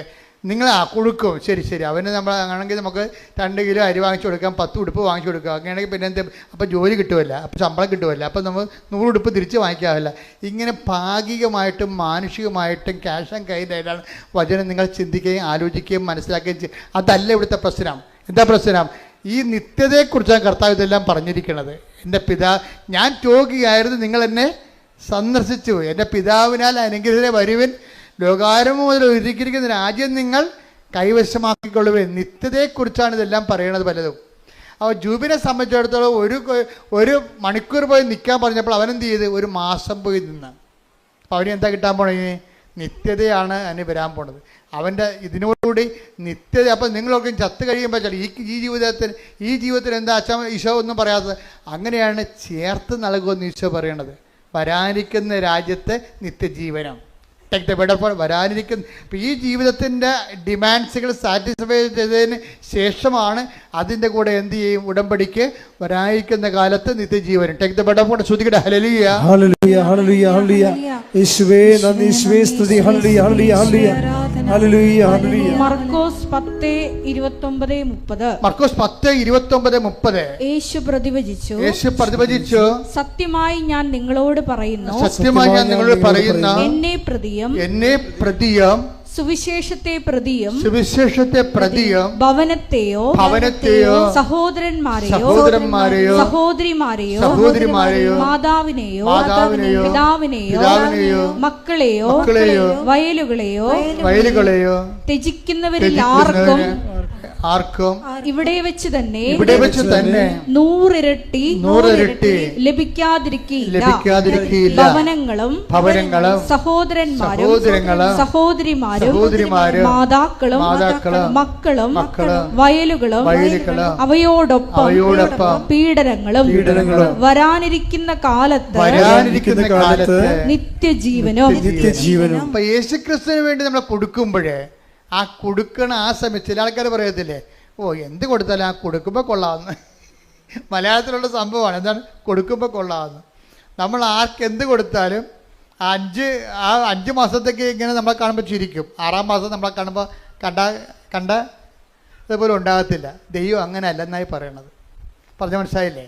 അപ്പോൾ കൊടുക്കുമ്പോൾ പാത്ത പറഞ്ഞ് തന്നെ കൊടുക്കണം. എന്താ വിഷയം എന്ന് വെച്ചാൽ നമ്മൾ ദൈവത്തെ സ്നേഹിക്കുന്നുണ്ടെന്ന് മനസ്സിലാകണത് നമ്മൾ ദൈവത്തിന് വേണ്ടി നമ്മുടെ ജീവിതം ചെലവഴിക്കുമ്പോഴാണ് മനസ്സിലായി. ഇപ്പം നിങ്ങൾ തന്നെ ഒരു ദിവസം എന്തുമാത്രം മനുഷ്യരെ എനിക്ക് വേണ്ടി പ്രാർത്ഥിക്കണം. ഞാൻ വീട്ടിൽ കല്യാണം കഴിച്ച് ജീവിച്ചിരുന്നെങ്കിൽ പ്രാർത്ഥിക്കും ഇത്തിരി ആൾക്കാർ. നടത്തപ്പോൾ ഞാൻ കർത്താവിന് എൻ്റെ ജീവിതം കൊടുത്തപ്പോൾ ലക്ഷക്കണക്കിന് മനുഷ്യരല്ലേ നമ്മളെ പ്രാർത്ഥിക്കാൻ വേണ്ടി നിൽക്കണതും നമുക്ക് വേണ്ടി പ്രാർത്ഥിക്കണതും ശുശ്രൂഷകളെല്ലാം സഹായിക്കണതും എന്തെല്ലാം കാര്യങ്ങൾ. അതുപോലെ നിങ്ങളും എൻ്റെ ദൈവത്തിലെ ഇപ്പോൾ ഇത് പ്രേക്ഷിത പ്രവർത്തനത്തിൻ്റെ സമയമാണ്. ഇപ്പം അച്ഛൻ്റെ കൂടെ പ്രേക്ഷിത പ്രവർത്തനം ചെയ്യണമെന്ന് ആഗ്രഹിക്കുന്നവർക്ക് വന്നിവിടെ ഒന്ന് നിൽക്കാം, ഒരു കുഴപ്പമില്ല. ഇപ്പോൾ 5 കൊല്ലം വേണം 5 കൊല്ലം നിൽക്കാം, 3 കൊല്ലം വേണം 3 കൊല്ലം നിൽക്കാം, ജീവിതകാലം മുഴുവൻ വേണമെങ്കിൽ നിങ്ങൾക്ക് നിൽക്കാം. അതൊക്കെ പക്ഷേ നിങ്ങൾക്ക് ബോധ്യം ഉണ്ടാകണം ഈ വിഷയത്തെക്കുറിച്ച്. കാര്യം ഇവിടെ നിൽക്കുന്നവർ വെറുതെ ഒരു ധ്യാനകത്തിൽ പോയി നിൽക്കുകയല്ല. മാതാവിൻ്റെ പ്രത്യക്ഷീകരണത്തിന് സ്ഥിരീകരണത്തിനായിട്ട് ഞാൻ എൻ്റെ ജീവിതം കൊണ്ട് സാക്ഷിയാണെന്നുള്ള രീതിയിൽ പ്രത്യക്ഷീകരണത്തിൻ്റെ സാക്ഷികളാണ്. ആ കാര്യത്തിൽ ബോധ്യമുള്ളവരായിരിക്കണം വരേണ്ടത്. ആ കാര്യത്തിൽ ബോധ്യം ഉണ്ടാകണം. അല്ലാത്തവർ 5 കൊല്ലം ഈ പ്രത്യക്ഷീകരണത്തിൽ ബോധ്യമില്ലാത്തവർ 5 കൊല്ലം വന്നാലും പണിക്കാരാണ്. ആ പണി കഴിഞ്ഞ് പോവും. ഞാൻ അവരുമായിട്ട് വലിയ ബന്ധങ്ങളൊന്നുമില്ല ശരിക്കും പറഞ്ഞു. അങ്ങനെ എത്രയോ പേര് ഇവിടെ വന്ന് പ്രവർത്തിച്ച് പോകുന്നുണ്ട്. I am not seeing personally them. കാര്യം എന്നെ സംബന്ധിച്ചിടത്തോളം ഞാൻ നോക്കണത് എപ്പോഴും എന്താണ്, പ്രത്യക്ഷീകരണത്തിൽ ഇവർക്ക് ബോധ്യമുണ്ടോ, മാതാവിടെ പ്രത്യക്ഷപ്പെട്ടതായിട്ട് അവർക്ക് ബോധ്യമുണ്ടോ, അതനുസരിച്ച് തന്നെയാണോ അവരുടെ ശുശ്രൂഷകൾ മുന്നോട്ട് പോണത്. അവിടെ സംസാരങ്ങൾ മാതാവിൻ്റെ പ്രത്യക്ഷത്തെക്കുറിച്ച് നമുക്ക് കിട്ടുന്ന അറിവെന്ന് പറയുന്നത് ഒരു അഭിഷേകദാനമാണ്. അത് കിട്ടാതെ ആരെല്ലാം ഇവിടെ ഒരു ജന്മം ഇവിടെ നിന്നിട്ടൊരു കഥയില്ല. അതുകൊണ്ട് വരാൻ പോകുന്നവരെ പ്രേക്ഷിത ആണായാലും പെണ്ണായാലും ഓർക്കുക, മാതാവിൻ്റെ പ്രത്യക്ഷീകരണമാണ് കൃപാസനത്തിൻ്റെ ആ ഹൃദയസ്പന്ദനമെന്ന് പറയണത്. ആ പ്രത്യക്ഷീകരണത്തെക്കുറിച്ച് ദൈവം തന്നെ നിങ്ങൾക്ക് ബോധ്യങ്ങൾ തരണത് അനുഭവങ്ങളിലൂടെ ആയിരിക്കണം. അതിലൊക്കെ ഒരു ആകർഷണം തോന്നിക്കഴിഞ്ഞാൽ തീർച്ചയായും പ്രേക്ഷിതനാകാനുള്ള ാതെ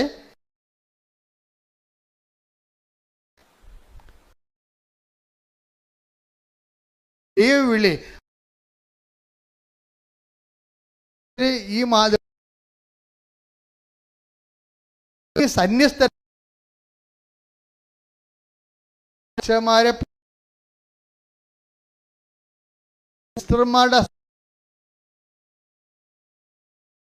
മുഴുവൻ സൗഖ്യ പ്രാർത്ഥന സമയമാണ്. പരിശുദ്ധ പരമ ദിവ്യകാരുണ്യത്തിന് നേരവും ആരാധനയും സ്തുതിയും പുകഴ്ചയും ഉണ്ടായിരിക്കട്ടെ. പരിശുദ്ധ പരമ ദിവ്യകാരുണ്യത്തിന് നേരവും ആരാധനയും സ്തുതിയും പുകഴ്ചയും ഉണ്ടായിരിക്കട്ടെ.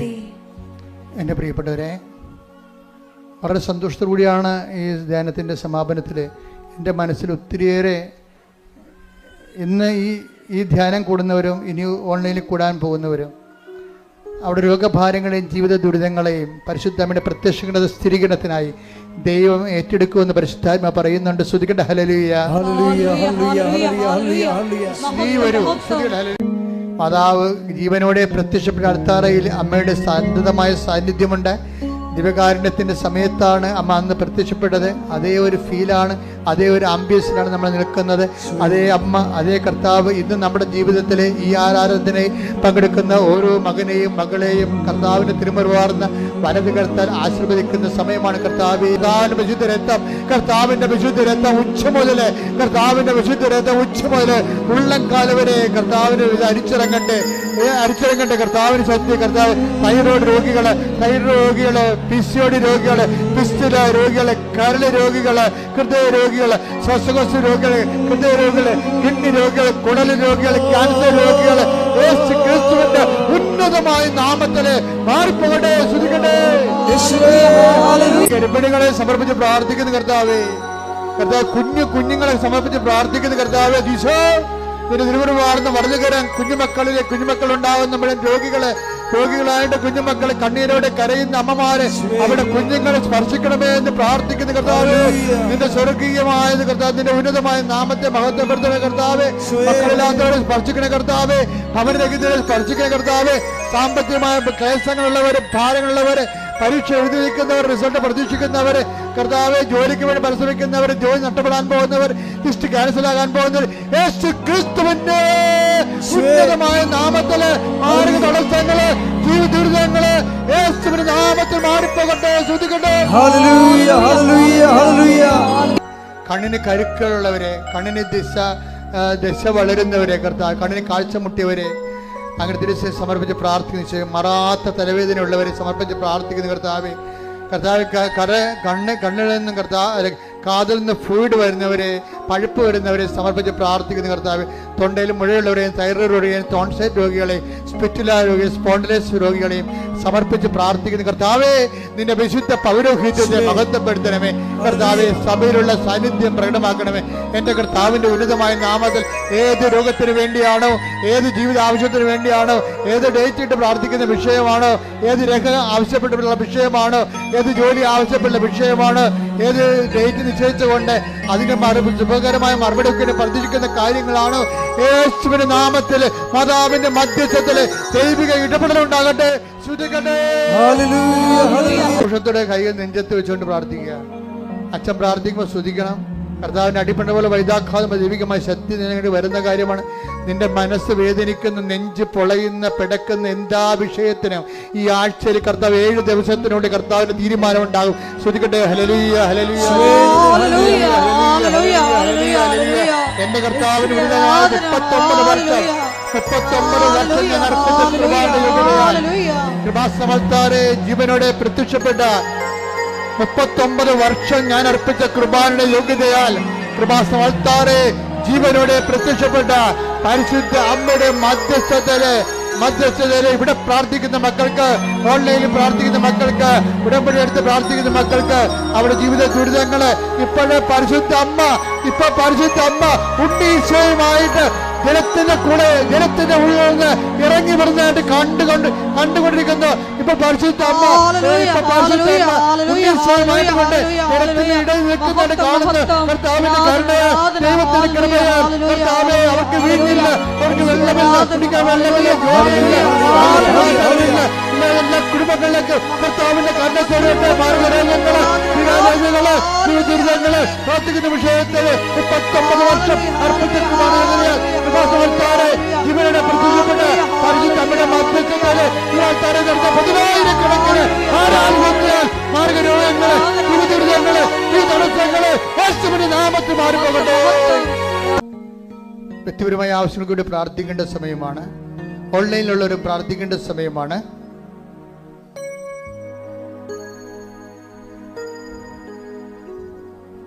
മുട്ടിന്റെ മുകളിലുള്ള നീണ്ട മുഴകളെ കർത്താവ് സ്പർശിക്കുന്നതായിട്ട് സുഖപ്പെടുന്നതായിട്ട് സാക്ഷ്യ സന്ദേശമുണ്ട്. ശരീരം മുഴുവൻ ഇങ്ങനെ കുരുക്കൾ പോലെ, ചൂടുകുരുവല്ല, അല്ലാത്തതിന് എന്തോ അലർജി മൂലം ഉണ്ടാകുന്ന കുരുക്കളെ കർത്താവ് സ്പർശിക്കുന്ന സന്ദേശമുണ്ട്. എപ്പോഴും ശരീരത്തിൽ ഇങ്ങനെ തള്ളവിലവിടെ നെക്കി നോക്കുന്ന ഒരു ഇടമുണ്ട്. അത് ക്യാൻസറാണെന്ന് സ്വന്തമായിട്ട് ചിന്തിച്ച് ആകുലപ്പെടുന്ന വ്യക്തിയുണ്ട്. ആ വ്യക്തിയെ കർത്താവ് സുഖപ്പെടുന്നതായിട്ട് കാണിക്കുന്നുണ്ട്. ശ്രദ്ധിക്കട്ടെ. ഹല്ലേലൂയ.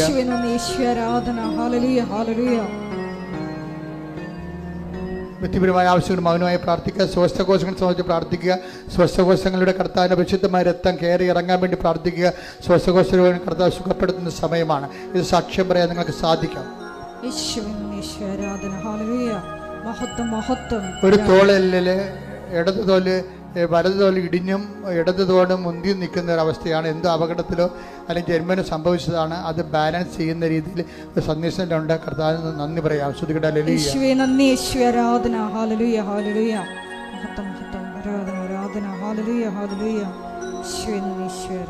മൗനമായി പ്രാർത്ഥിക്കേണ്ട സമയമാണ്.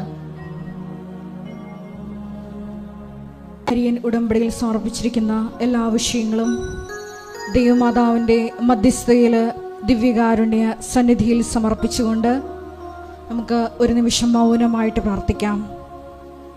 ദൈവസ്നേഹത്തോടെ ദൈവിക പ്രത്യാശയിൽ മുന്നേറിക്കൊണ്ട് ഉടമ്പടി നിബന്ധനകൾ പാലിച്ചുകൊണ്ട് പരിശുദ്ധ അമ്മയുടെ പ്രത്യക്ഷീകരണത്തിൻ്റെ സ്ഥിരം സാക്ഷ്യമാക്കി ഞങ്ങളെ ഓരോരുത്തരെയും, ഞങ്ങളുടെ കുടുംബങ്ങളെയും സ്ഥാപനങ്ങളെയും ഈശോ ഉയർത്തണമേ എന്ന് പ്രാർത്ഥിച്ചുകൊണ്ട് നമുക്ക് ശിരസ് നമിച്ച് ദിവ്യകാരുണ്യനാഥന്റെ ആശീർവാദം സ്വീകരിക്കാം.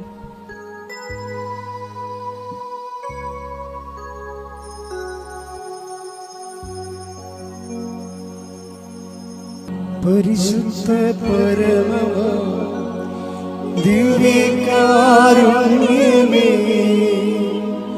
എന്നുമെന്നും അങ്ങേക്കാരാധന. പരിശുദ്ധ പരമ ദിവ്യകാരുണ്യമേ, എന്നുമെന്നും അങ്ങേക്കാരാധന. പരിശുദ്ധ പരമ ദിവ്യകാരുണ്യമേ, ഇന്നുമേ